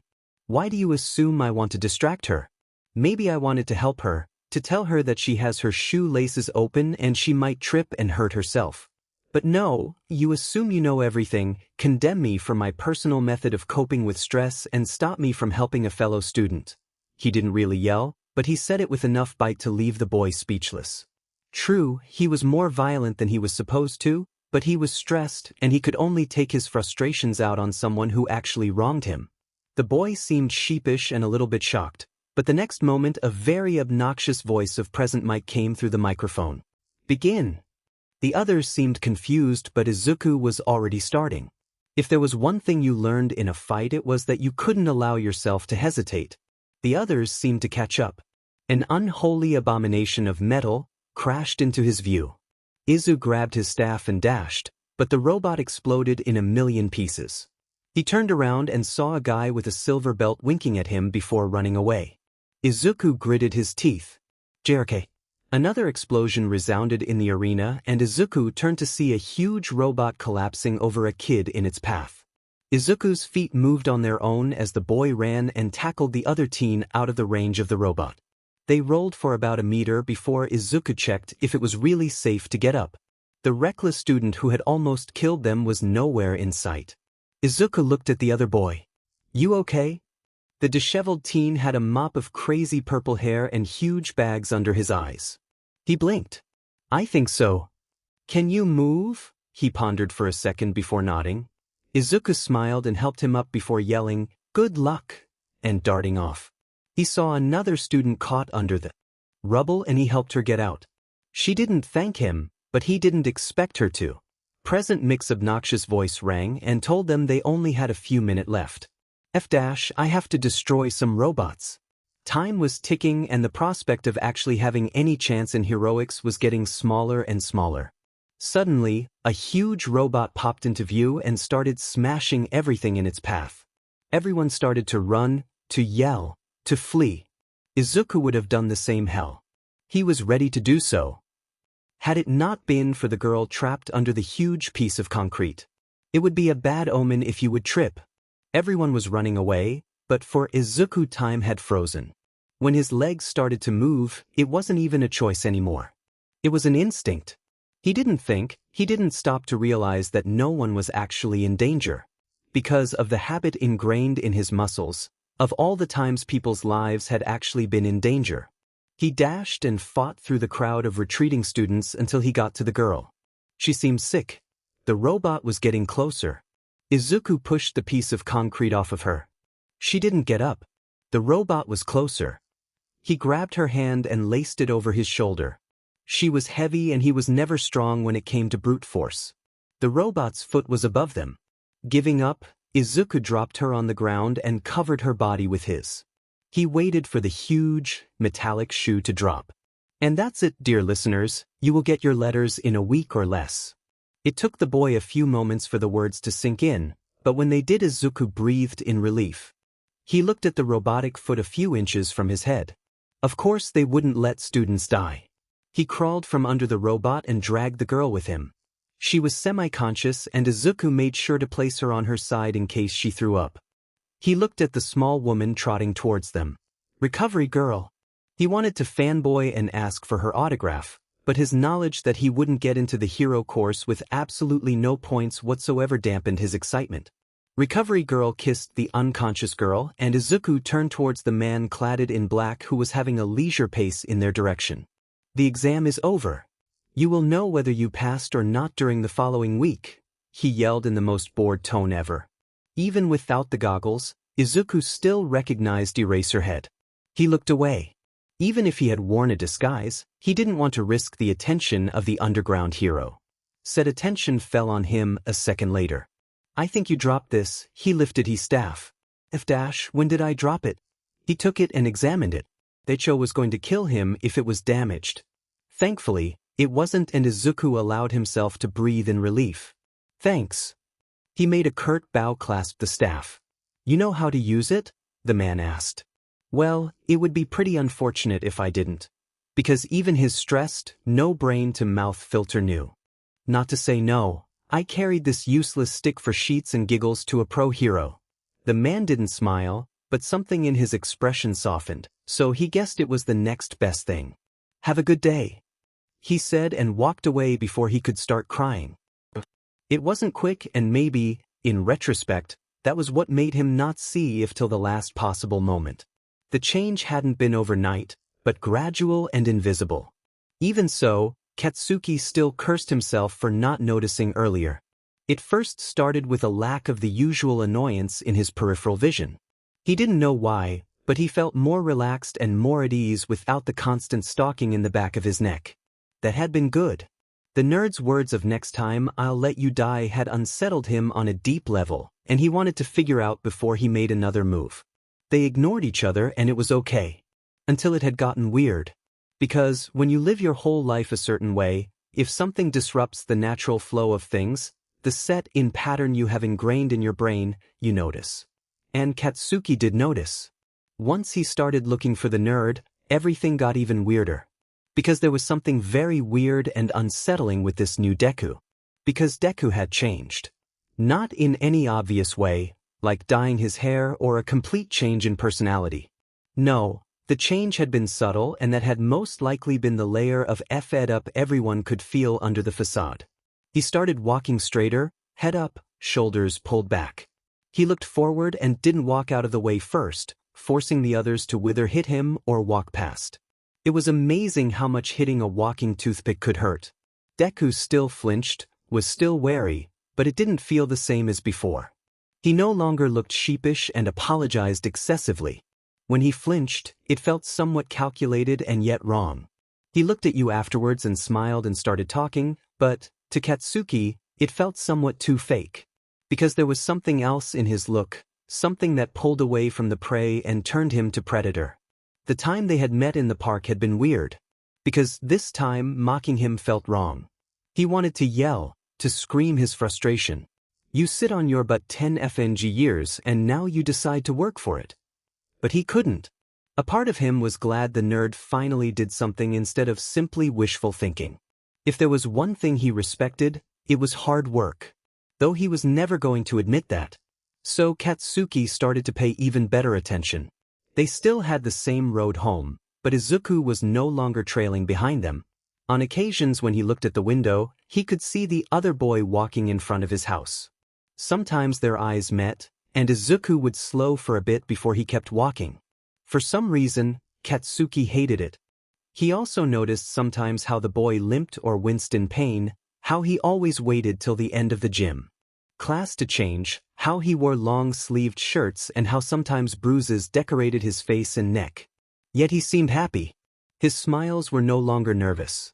They were still fake as a conditioned response he had gotten over the years, but they weren't as strained as before. They weren't so forced, they were more genuine, as if there was no pain behind them. Katsuki remembered how Deku smiled before he had found out that he was quirkless. No one could probably tell the difference, but Katsuki had seen nothing but those smiles for the first years of his life, and he could tell when they had changed. And now, his smiles were the closest thing to what they were he had seen in a decade. Suffice to say, something was fishy. There were too many signs, too many things the blonde didn't know. And Katsuki hated not knowing. At first, he didn't intend for the fight to go the way it did. Honestly, he just wanted to question the boy and get rid of the unsettling feeling in his stomach. It was worry, but he didn't want to accept it.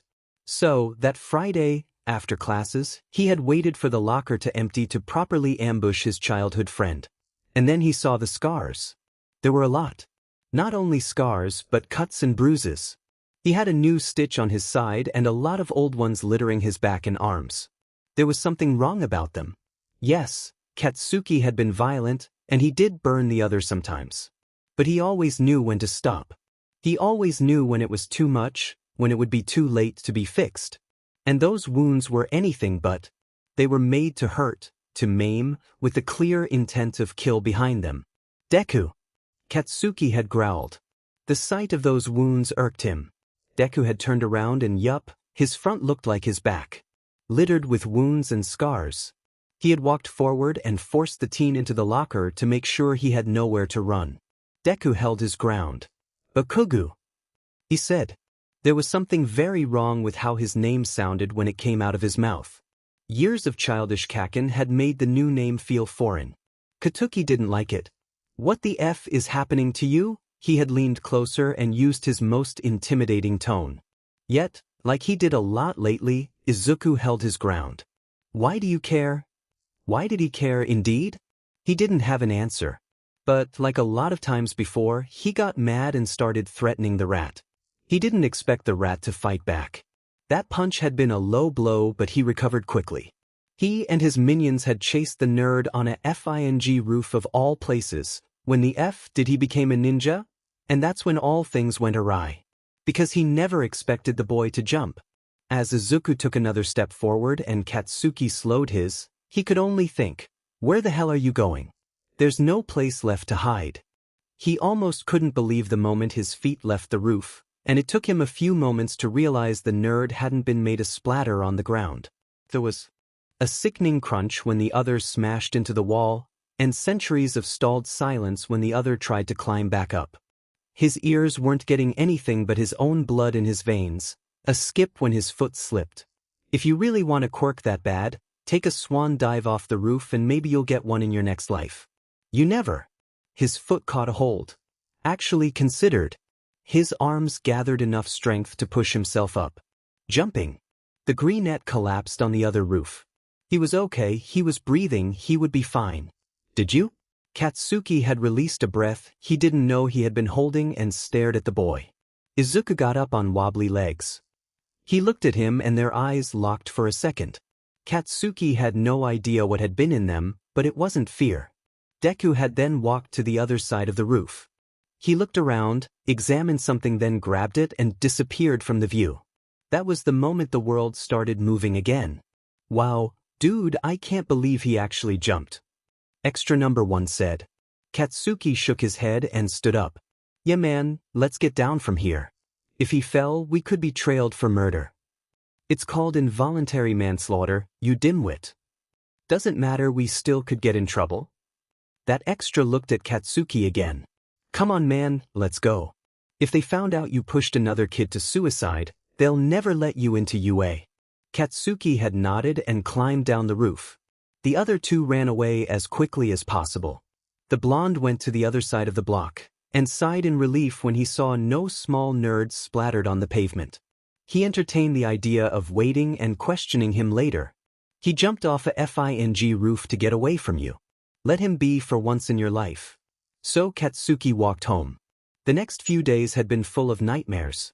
He kept imagining the nerd falling. He even had dreams in which he was the one who pushed him over the edge.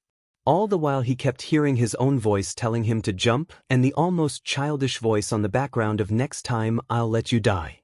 Katsuki didn't really sleep that week. The UA exam came and went. He had gotten first place, of course, and he had celebrated by going on a jog to burn out the energy. The blonde had reached the park they had been playing in when they were kids. He heard some cries. Pulling his earbuds out of his ears, he had walked towards the sound. Izuku was leaning on a tree, forehead pressed to the bark. His face was covered in tears and his knuckles were bloodied, probably from punching the tree. In his fingers, there was a crumbled piece of paper. Katsuki knew that had to be the UA letter. And by the looks of it, the nerd hadn't gotten in. A few months ago, Katsuki would have gloated. He would have bragged and insulted the teen. But now it wasn't a few months ago. Tormenting the smaller boy felt somehow wrong now. So, without a sound, Katsuki turned heel and left. For the first time in forever, he let the boy cry in peace. Izuku tried to be excited for the first day at UA. He really did. After all, it was UA, one of the hardest schools to get in, one of the best schools for heroics, even if he hadn't been admitted in that department. He tried to cheer himself up by reminding himself that he could always move to heroics if he did well enough in the sports festival. But that didn't really work because it wasn't so much the fact that he'd gotten into general ed instead of heroics that bothered him. After all, he'd started the exam thinking he wouldn't get any points. But he had rescue points and 40 of them at that. 10 for the two people he had rescued first and 30 for the girl. What made him angry enough to see red was the fact that the minimum score for the heroics department was 45 points. 5 points. 5 measly points separated him from his lifetime dream. So, he was understandably sad. The girl he had saved, Uraraka, had contacted him after the exam to thank him, and they'd ended up talking about everything and anything. Izuku would even go so far as to call her a friend. Izuku liked Uraraka, which was why, when he hadn't gotten in heroics, he called her to rant and about it. After he had calmed down, she told him, rather shyly, that she'd tried to share some points with him, but the school board wouldn't let her. After that, Izuku politely ended the call and screamed in a pillow for about an hour before jogging to Dabi's place and beaching to him about it too. The man seemed, simultaneously, sad and amused as he sat next to Izuku and listened as his rant dissolved into increasingly incoherent, babbling and, finally, tears. He'd hardly said anything, mostly just sat near the teen as he cried his frustrations, occasionally patting his shoulder. For some reason his decreased body heat, which went the kid in a confused state. Weren't fire-related quirks supposed to, heat?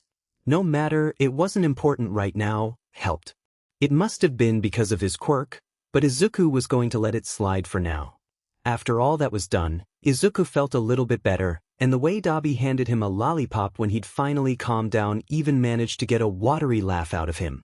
When the big day finally rolled around, Izuku had been awake for almost an hour by the time his alarm clock rang. He got up, got dressed, went down and greeted his mom, ate his breakfast, but it all felt strangely hollow, the excitement present, yet muted inside of him. His mom seemed enthusiastic at least, and Izuku did his best to smile and not let her know that anything was wrong.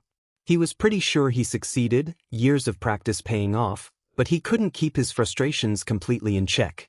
Because part of the reason she was so happy was because he didn't get into heroics, because Gen Ed was the far safer option out of the two.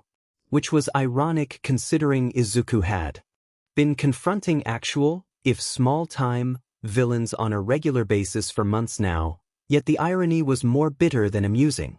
On his way to UA, he did his best to ignore Bakugu on the other side of the train car. Bakugu, in a rare moment of either kindness or denseness, ignored him too. How sweet. He couldn't help but think. He reached the school 20 minutes early and spent at least 10 of them looking for his classroom. Once he did, he took a moment to steel himself, before quietly opening it, only to be immediately assaulted by the force of teenage chatter. Izuku blinked for a few seconds before he stepped in. His new classmates didn't turn to see him, keeping to their talk. He walked towards the last empty spot, near the window, right behind a guy with a mane of purple hair. He shrugged his backpack off before taking off his coat. First day of school, try to make some friends. He didn't intend to get attached, but the UA was a fresh start and it felt wrong to waste that. Plus, even if he moved to heroics, he could still be friends with whoever he was here. Baby steps, Izuku, he thought to himself. First try talking to someone who's not talking to anyone. And lo and behold, the guy in front of him was alone. He tapped his shoulder. Hey! The boy turned around. He is the same guy he had saved at the entrance exam. Izuku put on his best smile. I'm Izuku Midoriya. The other eyed his hand suspiciously before shaking it. Hitoshi Shinso. They shook hands and Izuku did his best not to stare at the huge bags under his late night/early morning. His hair looked like he just rolled out of the bed, and the greenette wondered if he even tried to comb it. Not that he was any better, but in his defense, his comb tended to break if he wasn't careful, and he couldn't afford to buy a new one every week. I see you didn't make it either. Izuku pet his head. Into the heroics department, I saw you at the entrance exam. Izuku scratched his neck sheepishly. Oh, you remember that? Shinso raised an amused eyebrow. The smaller teen shrugged. I'll just have to do my best at the sports festival. Same, Shinso said. Izuku smiled and wanted to say more but stopped once the voice hero barged in. Hello little listeners. Present Mike spoke in what was nearly a scream to normal ears, but was probably his normal voice. You all might know me as Present Mike, but my name is actually Hisashi Yamada and I'll be your homeroom teacher on your stay here. Now let's start. He then started to vividly rant about the school and the subjects they would have. He asked them to come close and say their names and what they liked, and they didn't. Izuku tried to remember all of his classmates, but no one could really beat Shinso's resting beach face when he said in a totally neutral tone that he liked to sleep. When his turn came, he said he liked to analyze things. Thankfully, Present Mike didn't ask them to tell their quirks, which was good. He would like to know his classmates before they started treating him like dirt. Who knows, maybe he could get some blackmail material on them. Who knows, it might be useful and it did work on Dabi, so. The first day of school was thankfully only half of a normal day. Izuku gladly went home, got on with his daily vigilante business and came back to cook some dinner before Mom returned from work. The next day started on the wrong foot, as he took another route near the support course and almost got decapitated by a door blown off its hinges. As he got up he heard an exasperated voice. A destroyed door on the second day. Must be some kind of record. He looked around as he cleansed his clothes and spotted Hero Power Loader and a girl with pin hair and goggles. It's not that bad, the girl insisted, and Izuku had the distinct feeling the teacher was rolling his eyes. If I could just find a way to increase fuel quantity without increasing the size of the canister by much, then it wouldn't collapse. The explosion is just a minor, fixable mistake. It's why we call the prototypes, she said. Izuku piped in despite his best judgment. And if that fails you could always turn it into a trap. I bet the villains wouldn't see that coming. He grumbled. What did you say? He looked up and saw the girl literally in his face, a hungry look in her eyes. Don't mind me, he said, I was just joking. No, I wanted to hear what you have to say. She seemed very eager, and Izuku got the certain impression that she was ready to shake the answers out of him. He cleared his throat. Well, if that thing blows when it runs out of fuel, and assuming you can calculate the time it takes to runs out, you could put a targeting and aiming system on it, disguise it as a rocket launcher. People would look in the direction it is supposed to hit, they wouldn't expect it to suddenly crash and explode over their heads. He shook his head, but I wasn't. It was just a joke, don't take me seriously. She rubbed her chin. This is actually a pretty good idea. A bit rough around the edges, but interesting. And new. An insane smile spread over her features. You know what? I like it. Izuku nodded numbly and took a few steps away from the girl. Hey, don't you have classes? The teacher asked. Izuku's eyes widened. Oh shit, you're right. Thank you and good morning, he yelled as he sprinted towards his class. He reached it and it was quiet. Hoping it wasn't a teacher too harsh, he rapped his knuckles on the door and opened it. Eraserhead was sitting behind the desk. Just my luck. He bowed deeply and said, I'm sorry I was late. It won't happen again. The man didn't seem impressed. Class started 5 minutes ago, Midoriya. Is there any particular reason why you weren't around? Izuku gulped and stared into the unforgiving eyes of his teacher and number 2 favorite hero.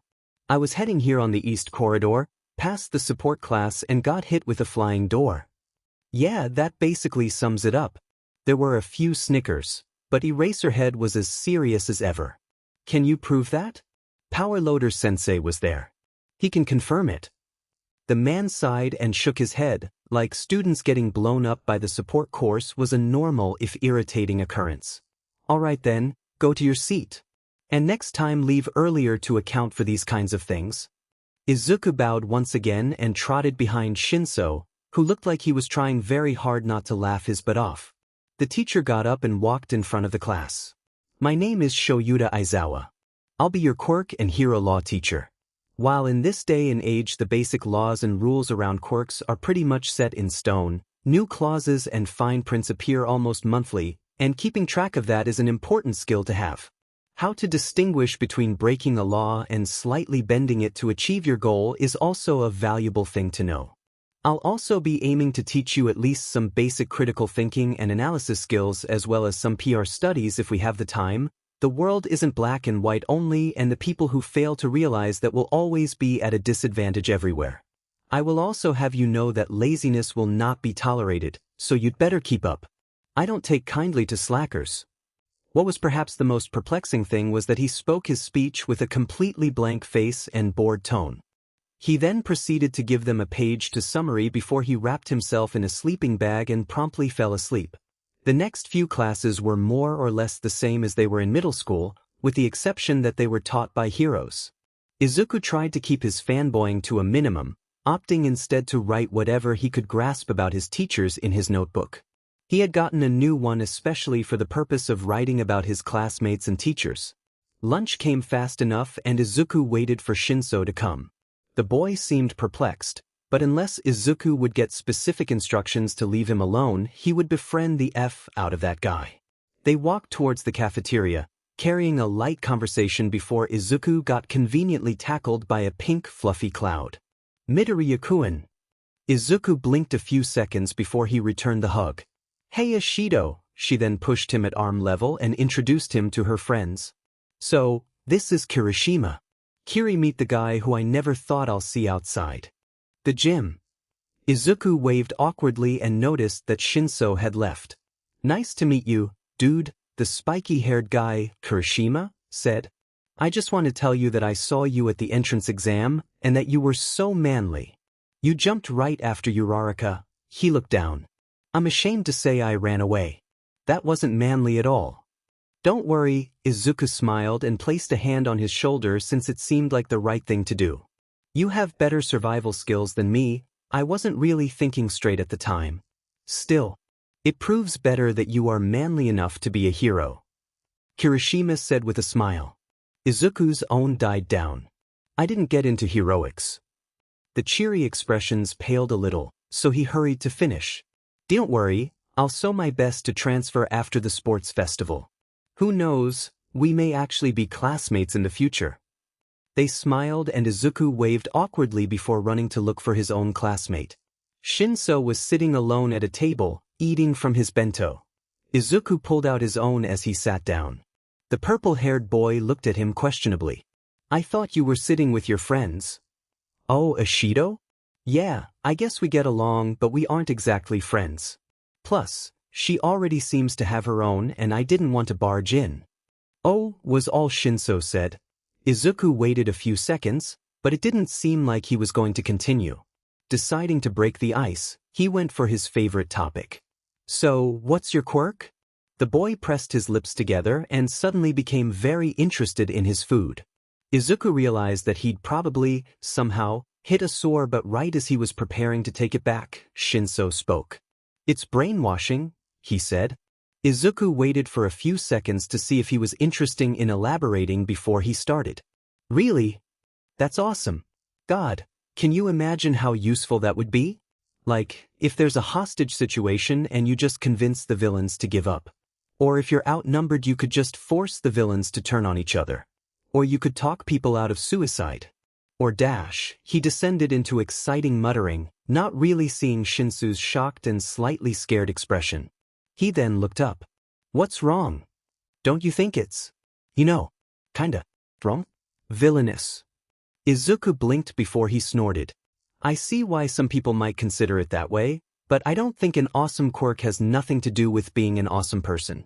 Like, I literally saw someone with a healing quirk beat a guy to a bloody pulp with a chair and okay, it was kind of awesome, but still. It stands to reason that a villainous quirk has nothing to do with being a bad one. Hell, there's plenty of heroes whose quirks could wreak havoc, if used poorly. 13 creates black holes that could tear people apart. I'm pretty sure if All Might, as cool as he is, used the full strength of his quirk on someone, they'd be dead in like seconds. Your quirk maybe be, from a certain point of view, a little amoral, but you didn't chose it.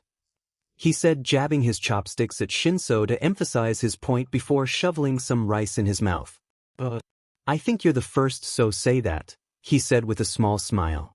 Then, his eyebrows rose. What's your quirk? Izuku sighed and swallowed. Now or never. I'm quirkless, he said so quickly it was almost one word. Shinso blinked. Quirkless. As in dash. As in I don't have a quirk, yeah. So that's why you didn't pass. Apparently, Shinso had no brain-to-mouth filter. Good to know. The reason I didn't pass were the 5 more points I needed to pass. The other boy's eyes widened in a way that would have been comical. How? He asked, but his mouth was full, so it sounded a lot like meow. Rescue points mostly, he shook his head. But I mean, come on. 5 points. Just dash. He threw his hands in the air and looked like he was about to go on a rant for a second before dropping them and sighing, I guess I'll just work super hard for the festival. Me too. Shinso said as he stuffed another chicken wing into his mouth. Then you'd better keep your quirk a secret. I was planning to. But then you pulled the puppy eyes on me. He grumbled, but there was no ill intent behind it. Suddenly, a tray of food smashed to their table and someone threw themselves on the seat near Izuku. Said green-haired boy looked up and saw the same girl who exploded him this morning. Powerloader sensei forbid me from the lab for a whole day. He said that I need to eat. I could eat there very well, thank you very much. Who's going to work on my babies while I waste time here? She cried and started to eat her steak miserably. Shinso looked at him. Do you know her? She's the one who almost blew me up today. He said, trying not to sound too offending. Too bad she didn't blow you, Shinso muttered, and Izuku could feel heat rising from his neck to his ears. He threw a napkin at his classmate who sniggered. Thankfully, the girl didn't seem to notice as she kept ranting. Not that we don't appreciate the company, Izuku cut her off, but who exactly are you? Oh, she stopped, as if she had only now remembered she had an audience. I'm Mei Hatsum. Izuku Midoriya. Hitoshi Shinso, he said. Now, what are you doing here? Don't you have your own classmates? My classmates are morons, she puffed. All their ideas are about either fixing something or salvaging the parts. Or, if they are really creative, to make more weapons and sheet. Like they are smart and good at it, but they lack vision. No one thinks about how you could repurpose something without damaging the initial design. And their original ideas are average at best. So, I decided that if I had to leave my babies alone for such a long time, I might as well spend it with the only person that proved interesting so far. She said it like it was set in stone. Izuku looked at his classmate, who shrugged. Suddenly, a stray idea hit Izuku. He turned towards the girl. Hey, Hatsum, what exactly is that you enjoy making? She looked at him. Almost anything as long as it's worth it. Well, I had this project in mind about a weapon I really wanted to have, but I'm worried it's a little too ambitious. Hatsum's golden eyes lit with excitement and she said, if I like it, I might just make it. But what's in it for me? Izuku tapped his chin. Testing them? Whoa, is this allowed? You need some kind of license to get support items. Technically, Izuku bit his lip. UA has a policy to support kids in developing their quirks, even if they are not in heroics. And, at the sports festival, support students are allowed to bring their own equipment, on the condition that they built it themselves. But IT is never said that students from departments other than heroics aren't allowed to do so too. And collaboration is never forbidden, which, I would say, gives us the leeway we need since we are specifically trying to transfer to heroics, and they will have a few months of training at that point.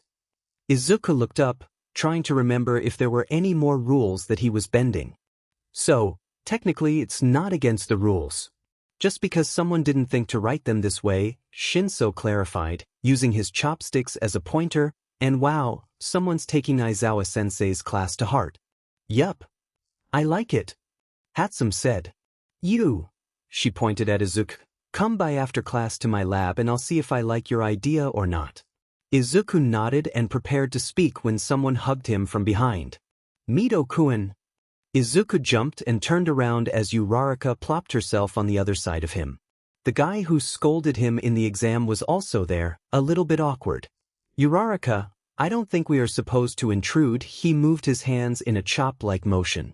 Izuku looked at Shinso, who had an "oh really" expression on his face. The eggplant spoke.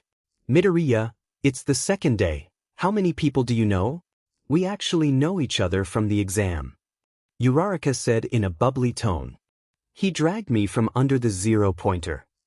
Shinso's eyes widened marginally and Izuku could something akin to respect in them. I must say that I'm sorry, Midoriya. The other boy bowed deeply. I judged you before I knew facts when you obviously grasped the true meaning of the exam. No worries. Izuku tried to get the attention off of him. I'm Tenya Ida, he said, and something clicked. From the Ida family? Are you related to Ingenium? No wonder you looked familiar. The boy seemed at the same time embarrassed and proud as he stared to talk about his brother. Shinso seemed pretty fed up with it, so Izuku cut him up in the most polite way possible. So, who do you have for homeroom? Aizawa, Uraraka responded. Harsh, Shinso said. I heard he expelled 154 students since he started. He's only works here for, what? 5 years. Izuku exclaimed as he let some noodles fall out of his mouth. That's like, he did a quick calculation.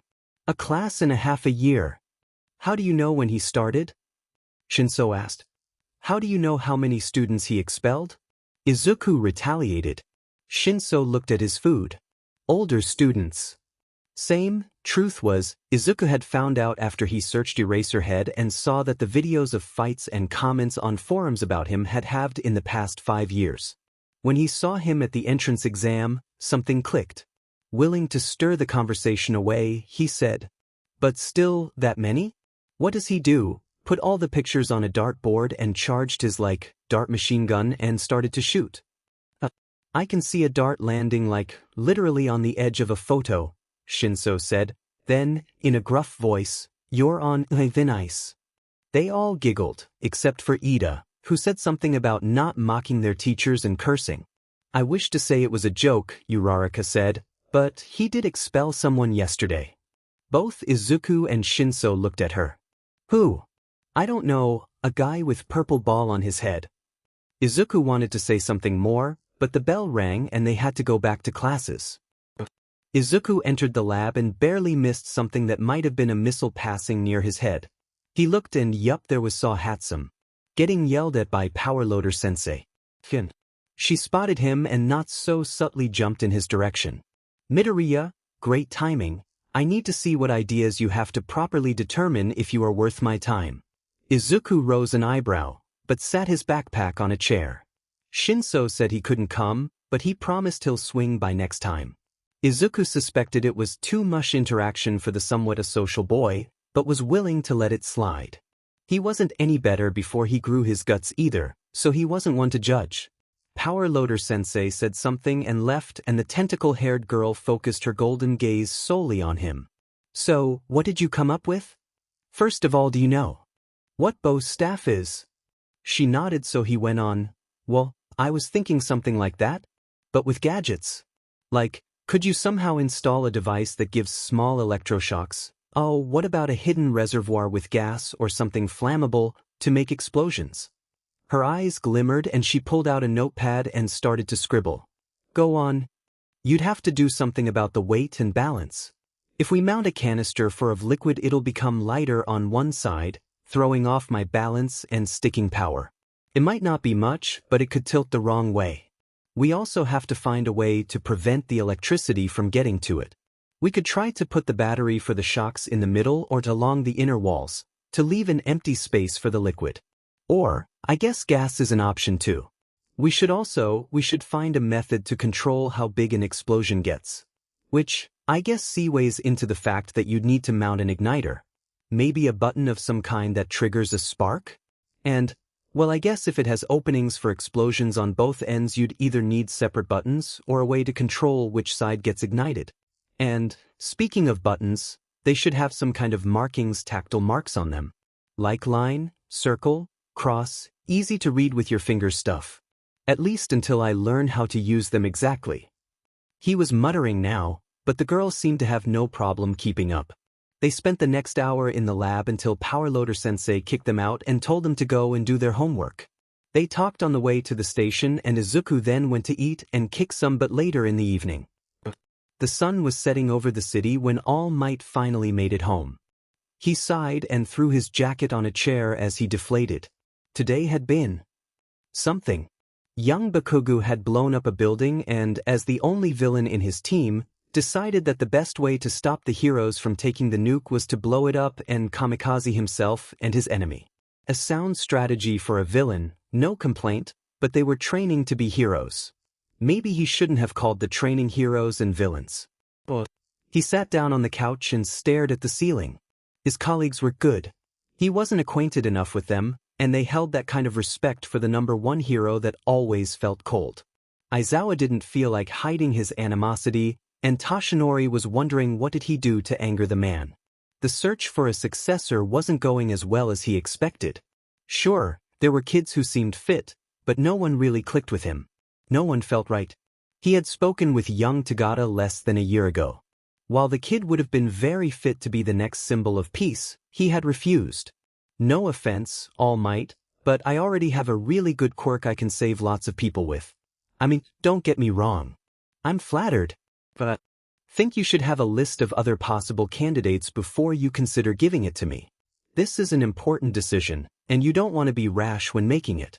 Plus, there might be someone who deserves it more, and I don't want you to find the perfect successor later and regret giving it to me. Unbeknownst to him, the young boy felt a little bit offended. He had worked hard to make his quirk work, and the offer, while flattering, felt a little bit patronizing. He didn't need another quirk, didn't have time to train one more. Call it pride, but it didn't sit well with him, so he didn't take it. Night I looked like he had been slapped, but Toshiori had laughed it off and told the boy he would do just that. He then took his former sidekick to a coffee and they talked and somehow mended their broken relationship. It wasn't perfect, but looking at the man's contact in his phone no longer gave him chills of regret or nausea. He remembered another boy he had considered for the role of One for All. He had been very surprised to see him at the exam, and pretty impressed with the way he gathered his points. He remembered the same kid running once again into danger to save his friend, how he yelled at the other heroes for not doing their job. While All Might agreed, there was something too visceral in his words when he said it. Maybe he's quirkless, he's die much too soon. Hypocritical of you to say that, considering your own predicament. Toshinori sighed. He would have to keep an eye on the boy. He wished he would have gotten a few more points and get into heroics. Monitoring him would have been easier. Maybe you should have considered him back then. Well, I am now. The man shook his head. The villain world was too rough and dangerous for a child with no quirk to protect themselves. Maybe in a few years, if he proves worthy, he can stay safe and learn until then.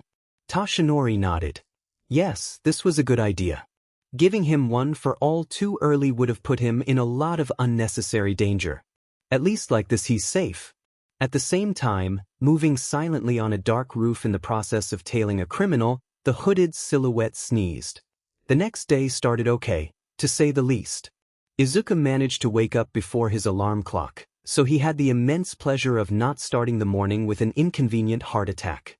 He went down and cooked himself and his mom breakfast before going to his early jog. Mom was working very hard these last weeks, a lot of cases piling up, and Izuku could only make breakfast and dinner whenever he happened to get to the kitchen before her. He passed the Bakuga house and saw the blonde boy glaring at him through the window. Izuku pretended he didn't see that and passed forward. He came back home and went to change his sweaty clothes. Slipped on his uniform and went down. Izuku, his mom called him. Yes, Mom? He popped his head into the kitchen. She was wearing her suit and hastily packing her suitcase. Have you eaten? Yup. Took lunch money? Your keys? Yes, Mom, he said. She took his head in her palms and placed a gentle kiss on his forehead. Take care, she said, eyes filled with worry. Izuku gave her a reassuring smile, a fake one, since he knew he couldn't really keep that promise, kissed her on the cheek and yelled his goodbyes as he dashed out the door. He caught the train with enough time to spare as not to be late and made it to the class. Unfortunately, fate had other plans, as the gate was filled with reporters trying to get some last-minute pics of All Might. Izuku pushed and waved his way through the crowd the same way a broke college student would on Black Friday and managed to get inside, crowned in the curses and complaints of the reporters. He wasn't sorry. Usually he would have been, but they were taking this way too far, and he was late to present mixed class.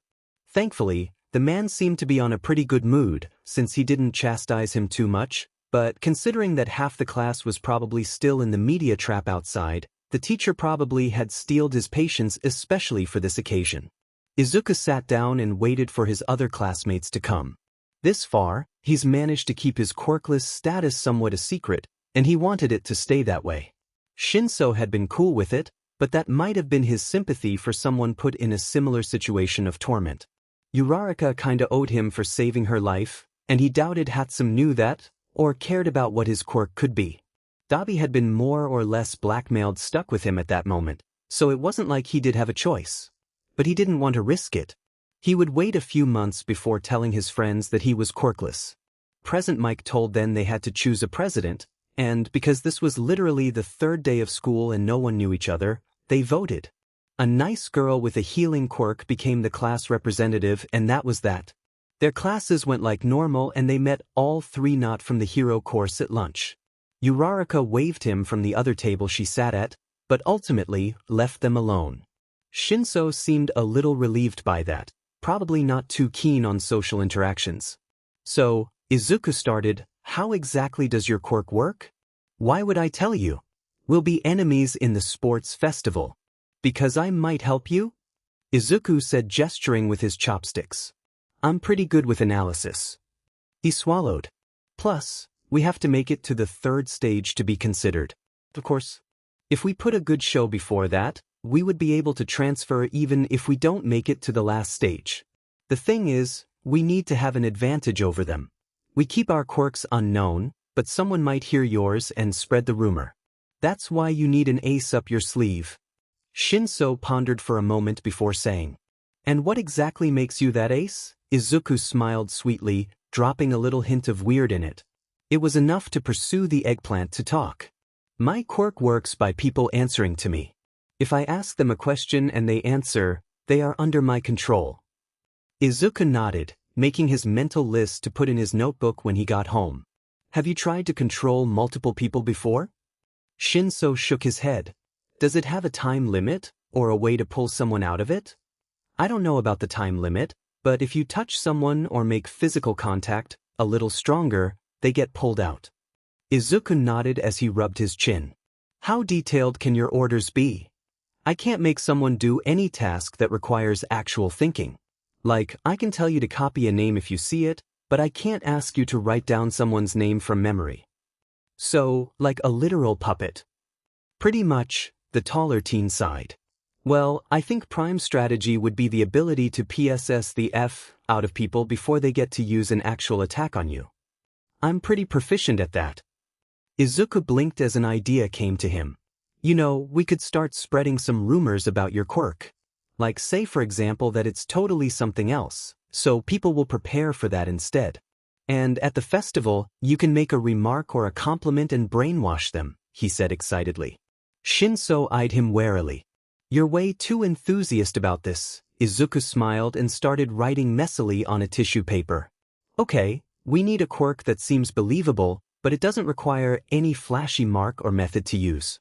We could also spread different rumors, to drive people insane with all the possibilities. How about we?" "Hello, fellow associates," Hatsum said as she slammed her food tray on their table. Both boys jumped and looked at the girl as she sat down and started to chatter. "Remember the ideas you came up with yesterday? Well, I already have some blueprints for most of them. Also, I looked over your staff. I couldn't yet find a way to balance the fuel, but I made a generator out of a broken toaster and I need you to come later to test the balance or whatever bullshit you were spewing the other day," she said in one go before she started munching on her chicken. Izuku and Shinso shared a look before Izuku turned fully toward the girl. "Have you been up all night?" She nodded so hard her goggles giggled on her forehead. "Didn't you sleep at all? Rest is for the weak." she said as she inhaled a cup of water with a trembling hand that gave the boys all the evidence that she was running on caffeine at this point. Izuku sighed and shook his head. Fine. I'll come after class and help you test the balance if you promise me you go to sleep after.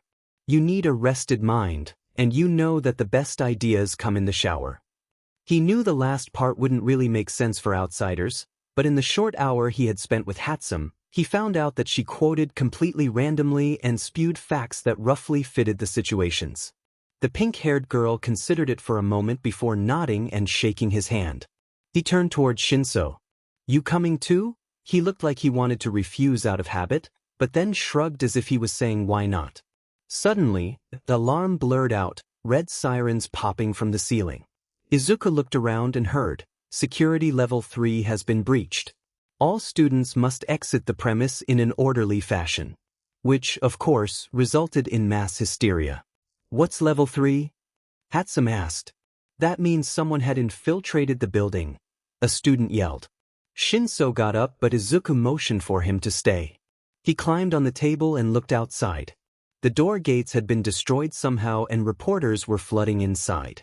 It's just the media, the teen yelled to his friends. Shinso checked for himself and breathed in relief when he saw that it was true while Hatsum just sat down and finished her lunch.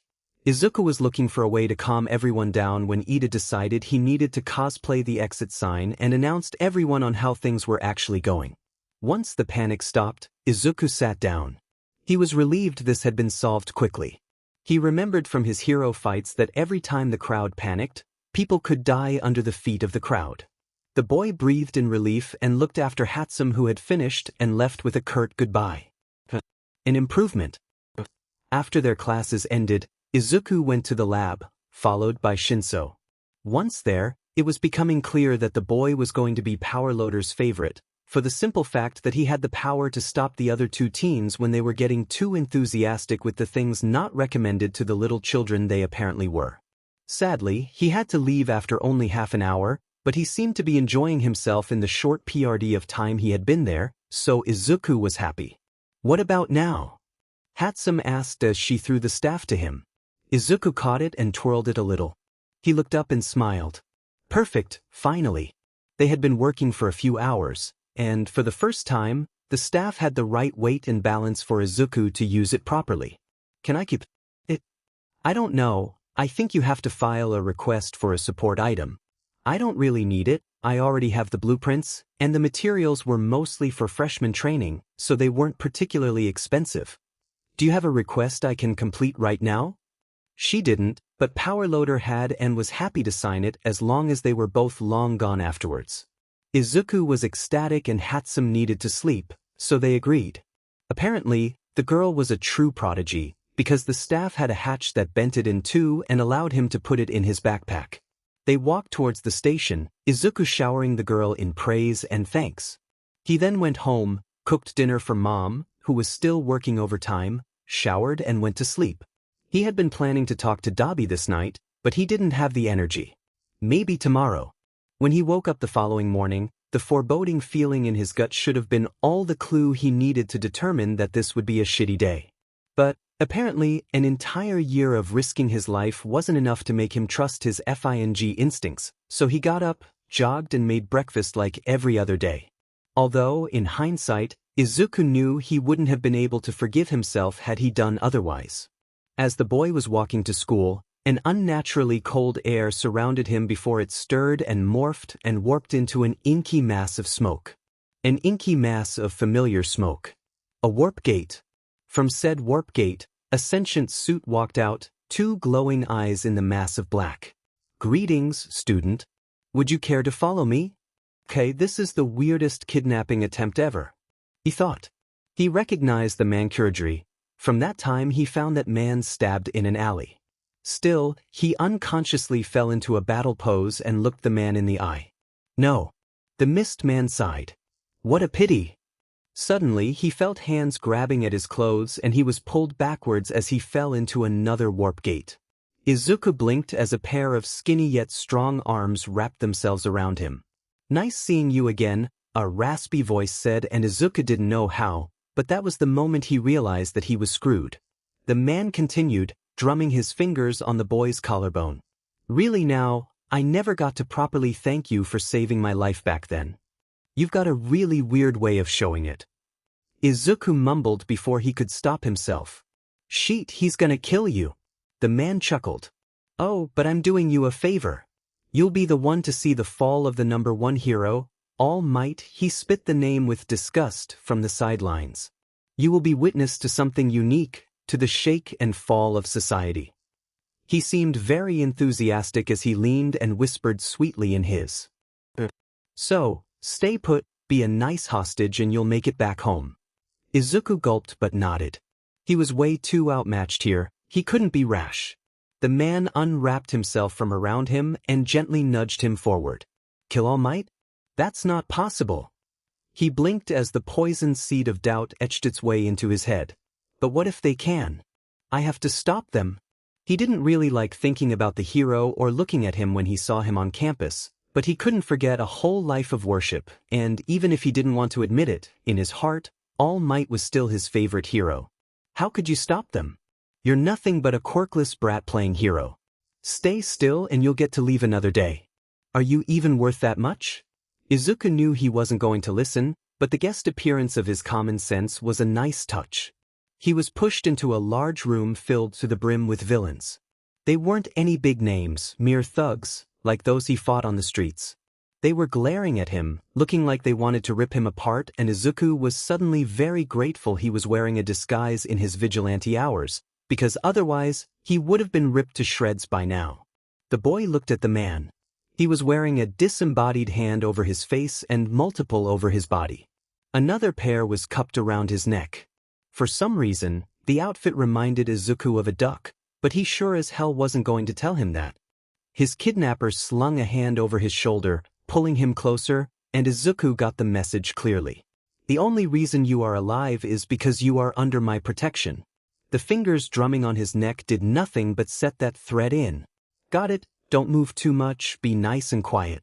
Yeah, you had 10 years of experience letting people walk all over you. What's once more? The man, whose name was apparently Shigaraki, started talking, and Izuku did his best to assist the situation, to ignore the way too rapid beating in his chest. Most of them weren't big names in the villain world. He had seen a few of them around and they didn't stir any waters. What worried him was the huge monstrosity sitting patently near Shigaraki. It wasn't moving. And not like a sleeping person won't move, more like a puppet, kind of motionless. Izuku looked up. The eyes of the creature held no life in them. No mind, nothing but dead glass that had somehow been given the spark of artificial life, going through the motions already established.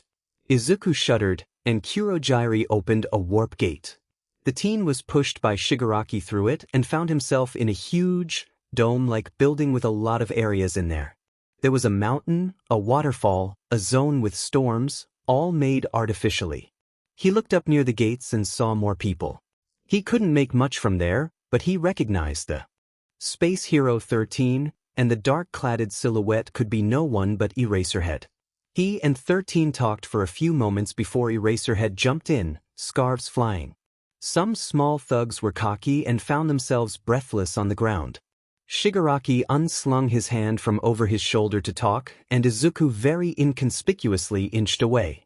He's proficient in hand-to-hand combat, the pale-haired man said as he scratched his neck. And those goggles stop us from seeing where he's looking. He spit. That's why I hate pro-heroes. Small-time villains don't stand a chance. Kurogyari then left to attack the students, and Izuku saw how a lot of them got thrown in different parts of the place. Kyusei, they called it. Eraser seems to be doing well here. If I'm a hostage, I'll only be in the way. They locked eyes for a second, and even if he couldn't see he understood. He had to run. I can't go to the door, Kurogyari's guarding it. Maybe I can go and look for the kids who might need help. He wasn't cocky as to think he could take them all down, but he might be able to save some. He ran away, eyes permanently on Shigaraki. The other villains seemed a little bit preoccupied at the moment, and the walking corpse didn't look terribly interested in him. So, Izuku did the one sane thing and broke into a sprint as soon as he was at enough distance to do so. The closest to him was the lake with a ship in it. More villains were jeering and yelling at the student on the ship. All had their backs turned on him. Izuku took off his backpack and pulled out the bow staff. He unfolded it and signaled the student to stay put. Then, pressing the button he was sure would work, he jammed the stick into the water. The voltage wasn't enough to kill, but it was enough to stun. He had been pretty lucky to find the right button on the first try, and if the screams of pain coming from the villains were enough proof, he had managed to do so. The boy kept it there till no one moved and then gave the thumbs up to the student in the boat. They jumped and swam to the shore, and Izuku saw that it was a girl with a green suit and somewhat frog-like features. "Who are you?" she asked, looking at him in disbelief. Izuku lifted his arms and waved. "I'm from the general department. The villains picked me up on my way to school and took me here as a hostage. I managed to escape and now I'm looking for a way out." The girl glared at him a little longer, enough for Izuku to feel uncomfortable before she apparently decided to trust him. "What do we do now?" Izuku pointed at the wall. "You go there and stay out of sight. Circle the walls and you might find a secondary exit." "Aren't you coming?" Izuku shook his head. "They took me as a hostage, they might want me back. They don't know about you or whether you made it, so we'd better split. In case they come after me, at least you'll get to make it out." She seemed like she wanted to protest, but thought better of it and nodded. They parted ways and Izuku looked around. He spotted a few villains surrounding a fallen student, and Izuku didn't think twice before he ran in that direction. There were 3. With one hand, he slipped the backpack off his shoulder and threw it at one of them. With the other, he jammed it into another, successfully knocking him out. The other 2 turned towards him, snarling and cussing. Izuku fell into a fighting pose and charged first. They seemed to be a little taken aback, surely not expecting the meek hostage to be a threat. Well, 2 of them bad, he thought as he kneed one of them in the guts, slammed his fist in the other's throat. He fell to the ground, heaving, and Izuku took the opportunity to zap the first. He zapped the second too and turned towards the fallen student. The spiky red hair was familiar. Kirishima. Izuku ran to search him for injuries. He didn't get too far though. Before he could properly think, a wave of ice assaulted him and he found himself caged in a huge block of ice. "What are you planning, villains?" a dark and cold voice said. Izuku looked up and saw a teen half covered in ice strolling towards him. "You've got it wrong, I'm not a villain," he yelled, then mentally slapped himself, because that's just a villain would say. "Then who are you?" By his expression, Izuku knew the boy was set on not believing him. Izuku inhaled. "I'm a Gen Ed student. They rooked me hostage, but I managed to escape. I'm looking for a way out, but I saw Kirishima getting attacked and I jumped in." The white-haired boy looked like he wanted to retaliate when the obnoxious voice of his childhood friend chimed in. "Deku!" Bakugo strolled forward looking like a guns collector wet dream. "What the F are you doing here?" "Oh, you know, walking to school, getting kidnapped, almost getting murdered 3 times since breakfast. How are you?" His tone may have started nice, but it ended in a bite. Bakugo leaned a little bit backwards. "You know him?" Todoroki asked. Bakugo tisket. "Yeah. We went to middle school together." "Is he a villain?" Bakugo opened his mouth but a groan came from behind them. "Well, he beat up the other villains, so I don't think so." They all, well, the 2 of them, turned to face Kirishima, who was getting up with obvious side pains. "Since we got my current status of on your side settled, can you please unfreeze me? My extremities are starting to get numb." Said because he didn't yet have the guts to say that his ball were freezing. The white-haired teen placed his left hand on the ice and it sizzled. And started to melt. By the time Izuku was out, he was wet, so he took off his jacket and put it in his backpack. He would dry it later. He had his vigilante outfit with him, but putting it on would be a bad idea, and he didn't think this was the perfect situation to change. So he remained in the wet pants and wet uniform shirt. "The exit should be that way." He pointed towards the place he knew it was. "We're not leaving, loser," Bakugo snarled. "We're taking out the mist fucker. That way, they will have no place to retreat and we'll capture them." Izuku rubbed his chin. It was a sound plan, yes, but he doubted it will be that simple. Kurogiri is one of the 3 strong villains here. The others are just small fry. Even so, going and butting out heads directly is a poor strategy. They have us by numbers. The best way would be to bring Kurogiri in Aizawa's line of sight and knock him out, he muttered. A good plan, the ice guy said. But that still leaves the problem of the other villains. Yes, but first we need to get to A's. His voice died as he looked after his teacher. The big villain seemed to have finally moved and was now pinning the erasure hero to the ground. They all looked there and a look of understanding passed between them. But before they had the chance to do anything, a warp gate opened and a hand came and dragged Izuku through. When Aizawa had watched the entrance exam, he was pretty impressed, though he would never admit it, by the quirkless kid. He kinda stood out, the only one going there with a weapon, the only one without a quirk. So Aizawa watched him closely. He saw how he saved the other two. He saw how he saved Uraraka from under the zero-pointer when everyone ran away. But it wasn't only that. After all, jumping in to save someone was heroic, but not particularly smart. No, after Aizawa had rewatched the tape, he could see the remnants of a plan. He had looked over the written exam too, and the logical application of certain subject was definitely different from the others and quite ingenious. Izuku Midoriya. There was something very familiar about him, yet he couldn't point it out. The boy had gotten 40 rescue points. Since they were rescue points, the hero knew Nedzu would have added some more to put him into heroics. If he were, Aizawa would have insisted he be moved to his class. The fact that the mouse didn't show that he had a plan for later, and no matter how much Aizawa dreaded to know what passed through the mouse's head, he let it slide. But the last thing he expected was to see the boy as a hostage to the people who took over the USJ. He had known that he was at a disadvantage, he wasn't suited for combat in large groups. Yet he did it anyway, knowing his students needed to stay strong. The thugs had been fine. They were weak, small fry. But then, the pale-haired man, Shigaraki they called him, entered the fight and f'd up his elbow. Then the monster behind him came in and Aizawa was crushed. The man was in the middle of monologuing when he suddenly stopped and looked around. Hey, where's my hostage? The mist villain Kurogiri looked ahead before his yellow eyes suddenly settled on something. A warp gate opened near Shigaraki and he stretched his hand into the smoke. A few seconds after he dragged a very disheveled and wet Gen Ed student out of it.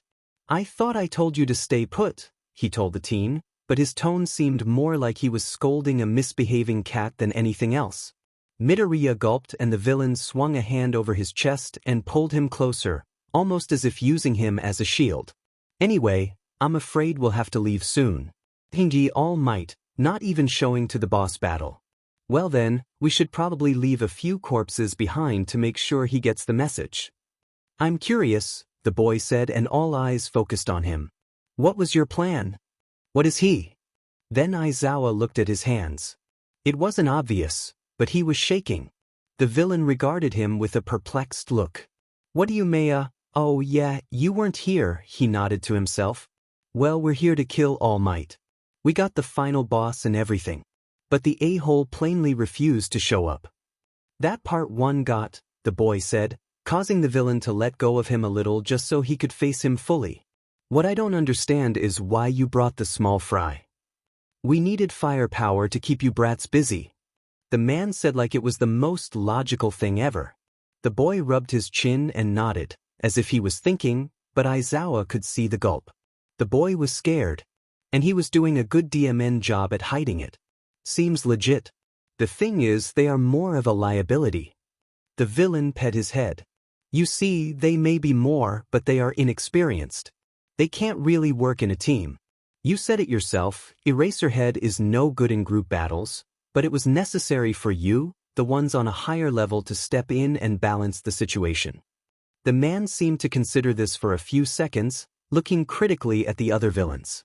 Midoriya rushed to continue. Ambush is good as a strategy, but no matter how many men you have, if they're weak as F-, they're nothing but cannon fodder. The man's face lit up at the realization. You're right. That was the moment the blonde ape finally decided to come.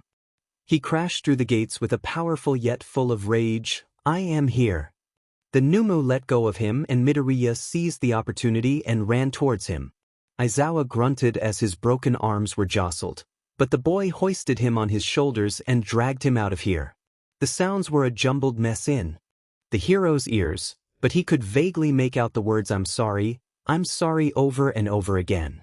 Aizawa groaned and closed his eyes. More hands came to his aid, and in no time, the man was laid on his back on hard concrete, looking at the dome's ceiling. He heard sniffles and looked to his right. Midoriya was on his knees, heaving, with wet trails staining his cheeks. He hiccuped and shivered in his wet clothes. He looked at him, and green met black. The boy smiled in relief and swallowed his tears. Aizawa passed out.